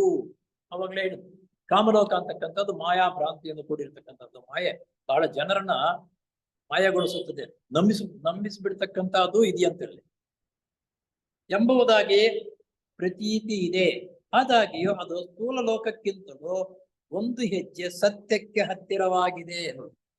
ಸ್ಥೂಲ ಲೋಕಕ್ಕಿಂತ ಕಾಮಲೋಕ ಸತ್ಯಕ್ಕೆ ಒಂದು ಹೆಜ್ಜೆ ಹತ್ತಿರ ಇರುತ್ತದಂತ. ಈ ನಮ್ಮ ಸ್ಥೂಲ ಲೋಕ ಇದೆಯಲ್ಲ, ನಾವು ವಾಸ ಮಾಡ್ತಾ ಇರ್ತಕ್ಕಂಥದ್ದು ಸಿಗಲ್ಲ. ಸತ್ಯ ಅಂತಕ್ಕಂಥದ್ದು ಹುಡುಕಿದ್ರು ಸಿಗೋದು ಕಷ್ಟ, ಆದ್ರೆ ಅಲ್ಲಿ ಸಿಗುತ್ತೆ. ಸ್ವಲ್ಪ ನಾವು ಪ್ರಯತ್ನ ಪಟ್ರೆ ಸಿಗುತ್ತೆ. ಇದು ಎಷ್ಟೇ ಪ್ರಯತ್ನ ಪಟ್ರು, ಈಗ ಎಲ್ಲಾದ್ರೂ ಒಂದ್ ಕಡೆ ಇದು ಮಳೆ ಜಾಸ್ತಿ ಬಂದು ಹೊಡ್ಕೊಂಡು ಹೊರಟಾಗ್ತಾ ಇರ್ತೀವಿ. ನನ್ ಜೋಯಿ ತುಂಬಾ ಕಾಸಿರುತ್ತೆ, ಬೇಕಾಗಿರ್ತಕ್ಕಂಥ ಸರ್ಕಲ್ ಸಿಗುತ್ತಲ್ಲೇ, ಸಿಗಲ್ಲ. ಕಾಸಿದ್ರೆ ಏನ್ ಪ್ರಯೋಜನ? ಹಾಗೆ ನಮ್ಮ ಸ್ಥೂಲ ಲೋಕದಲ್ಲಿ ನಾವು ಎಷ್ಟೇ ಪ್ರಯತ್ನ ಪಟ್ಟರು ನಾವು ಉತ್ತಮವಾಗಿರ್ತಕ್ಕಂಥ ಸ್ನೇಹ, ಉತ್ತಮವಾಗಿರ್ತಕ್ಕಂಥ ಸಂಬಂಧ ಸಿಗಲ್ಲ. ಆದ್ರೆ ಆ ಕಾಮಲೋಕದಲ್ಲಿ ನೀನು ಅಸ್ಮಾತ್ ಪ್ರಯತ್ನ ಪಟ್ರೆ ನೀನು ಸಹಾಯ ಮಾಡ್ತಕ್ಕಂಥವಷ್ಟೇ ನಿನ್ನ ಹತ್ರ ಕೊಡ್ತಾರೆ. ನಮ್ಗೆ ಇದರಲ್ಲಿ ಗಾಂಧೀಜಿಯವರು ಹೇಳೋರು ಒಂದು ಮಾತು, ಪ್ರಪಂಚದಲ್ಲಿ ನಾವೆಲ್ಲ ಎಷ್ಟಾದ್ರೂ ಸಂಪಾದನೆ ಮಾಡ್ಬೋದು, ಯಾವ್ದಾದ್ರೂ ಸಂಪಾದನೆ ಮಾಡ್ಬೋದು, ಆದ್ರೆ ಉತ್ತಮವಾಗಿರ್ತಕ್ಕಂಥ ಸ್ನೇಹಿತನ ಸಿಗಲ್ಲ ಅಂತ ಹೇಳ್ತಾರೆ. ಖಂಡಿತವಾಗ್ಲೂ ಉತ್ತಮವಾಗಿರ್ತಕ್ಕಂಥ ಸ್ನೇಹಿತನ ಯಾವ ಸಿಗಲ್ಲ, ಸುಮ್ಮನೆ ಬೂಟಾಟ ಸ್ನೇಹಿತರು ದಂಡಿಯಾಗಿರ್ತಾರೆ. ಆದಾಗ್ಯೂ ಹೊಸಬರು ಆ ಲೋಕದಲ್ಲಿ ಬಹು ಜಾಗ್ರತೆ ಭ್ರಾಂತಿಗೆ ಒಳಗಾಗುವುದು ಉಂಟು. ಕಾಮಲೋಕದಲ್ಲಿ ಬೇಗ ಭ್ರಾಂತಿಗೆ ಒಳಗಾಗ್ಬರ್ತಕ್ಕಂಥವ್ರು, ಆ ಬೇಗ ಭ್ರಾಂತಿಗೆ ಒಳಗಾಗಿ ತಪ್ಪು ಇದಕ್ಕೂ ಬೀಳ್ತಕ್ಕಂಥವ್ರು ಇರ್ತಾರೆ. ಕಾಮಲೋಕದ ಬಗ್ಗೆ ಓದಿದ್ರೆ ಚೇಷ್ಟೆ ಮಾಡ್ತಕ್ಕಂಥವ್ರು ಅನೇಕರಿದ್ದಾರೆ, ಸಹಾಯ ಮಾಡ್ತಕ್ಕಂಥವ್ರು ಅನೇಕರಿದ್ದಾರೆ ಅಂತ. ಇದಕ್ಕೆ ಕಾರಣ ಅಂತವರು ಇನ್ನೂ ಶೇಷ ವ್ಯವಸ್ಥೆಯಲ್ಲೇ ಇರುತ್ತಾರೆ. ಯಾಕಪ್ಪ ಅಂದ್ರೆ ನಮ್ಮ ಈ ಸ್ಥೂಲ ಲೋಕದಲ್ಲಂತೂ ದಗಲ್ಬಾಜಿ ಮನುಷ್ಯರು ನಂಬಿಸುವುದು, ಮೋಸ ಮಾಡ್ತಕ್ಕಂಥವ್ರು ಇದ್ದಾರೆ. ನಾವು ಸತ್ತವ್ರ ಹೋದ್ಮೇಲೆ ಅವ್ರು ಈ ಚಾಡಿ ಇಲ್ಲಿ ಕಳ್ತಿರ್ತಕ್ಕಂಥದ್ದು ಅಲ್ಲೂ ಕಳ್ಕೊಂಡಿರ್ತಾರೆ. ಬೇಕು ಅಂತಂದ್ರೆ ಬೇರೆಯವ್ರಿಗೆ ಮೋಸ ಮಾಡೋದಕ್ಕಾಗಿ ನಿನ್ಗೆ ಅವ್ನು ಅಲ್ಲಿ ತೋರಿಸ್ತೀನಿ, ನೀನ್ ಚೆನ್ನಾಗಿ ತೋಳ್ಬಿಟ್ಟು ತೋರಿಸುವುದು, ಅಲ್ಲಿ ಪಾತಾಳಕ್ಕೆ ತಳ್ಳುವುದು ಅಂತ ನೋಡ್ಬೋದು. ಇಂಥ ಕೆಲಸಗಳು ಮಾಡ್ತಕ್ಕಂಥವರು ಅಲ್ಲಿ ಸಿಗ್ತಾರೆ. ಮಗು ಬೆಳೆಯುತ್ತಾ ಬಂದಂತೆಲ್ಲ ಈ ಲೋಕದ ವಿಷಯಗಳನ್ನು ಹೇಗೆ ಕರಾರವಕ್ಕಾಗಿ ತಿಳಿದುಕೊಳ್ಳಬಲ್ಲದೋ ಹಾಗೆಯೇ ಆ ಲೋಕದಲ್ಲೂ ಸಹ ಪ್ರಜ್ಞೆಯ ಬೆಳೆದಂತೆಲ್ಲ ಸತ್ಯವನ್ನು ಹೆಚ್ಚಾಗಿ ಗ್ರಹಿಸಬಲ್ಲದು. ನೋಡಿ, ಚಿಕ್ಕ ಮಗು ಹುಟ್ಟಿದಾಗ ನಮ್ಗೆ ಈ ಸ್ಥೂಲ ಲೋಕದಲ್ಲಿ ವಯಸ್ಸು ಬರ್ತಾ ಬರ್ತಾ ಬರ್ತಾ ಎಲ್ಲಾ ವಿಷಯ ತಿಳ್ಕೊಡುತ್ತೆ. ತನ್ನ ಮನೆಯಲ್ಲಿ ಇರ್ತಕ್ಕಂಥವರು ಒಬ್ಬೊಬ್ಬರ ಸಾಮರ್ಥ್ಯ, ವಿಷಯ ಎಂತದ್ದು ಅಂತ ಅರ್ಥವಾಗುತ್ತೆ. ತಾಯಿ ಪ್ರೇಮ ಯಾವ ರೀತಿ ಇರುತ್ತೆ, ತಂದೆ ಯಾವ ರೀತಿ ಇರ್ತಾನೆ, ತನ್ನ ಸೋದರ ಮಾವನ ಬೇರೆಯವ್ರು ಯಾವ ರೀತಿ ಇರ್ತಾರೆ ಅಂತ ಅನ್ನೋದು ಚೆನ್ನ ಬೆಳವಣಿಗೆ ಆಗ್ತಾ ಆಗ್ತಾ ಆಗ್ತಾ ಅವ್ರ ಗುಣಲಕ್ಷಣಗಳನ್ನು ಗ್ರಹಿಸ್ಕೊಳ್ಳುತ್ತೆ. ಹಾಗೆ ಕಾಮಲೋಕದಲ್ಲಿ ಸಮೇತ ನಾವು ನಮ್ಮ ಪ್ರಜ್ಞೆ ಬೆಳವಣಿಗೆ ಆದಷ್ಟು ಅಲ್ಲಿ ಪ್ರಜ್ಞೆ ಬೆಳವಣಿಗೆ ಆದ ಆ ವಿಷಯಗಳನ್ನು ಚೆನ್ನಾಗಿ ನಾವು ಅರ್ಥ ಮಾಡ್ಕೊಳ್ತೀವಿ ಅಂತ ಹಾಗೆ ಸಾಕು.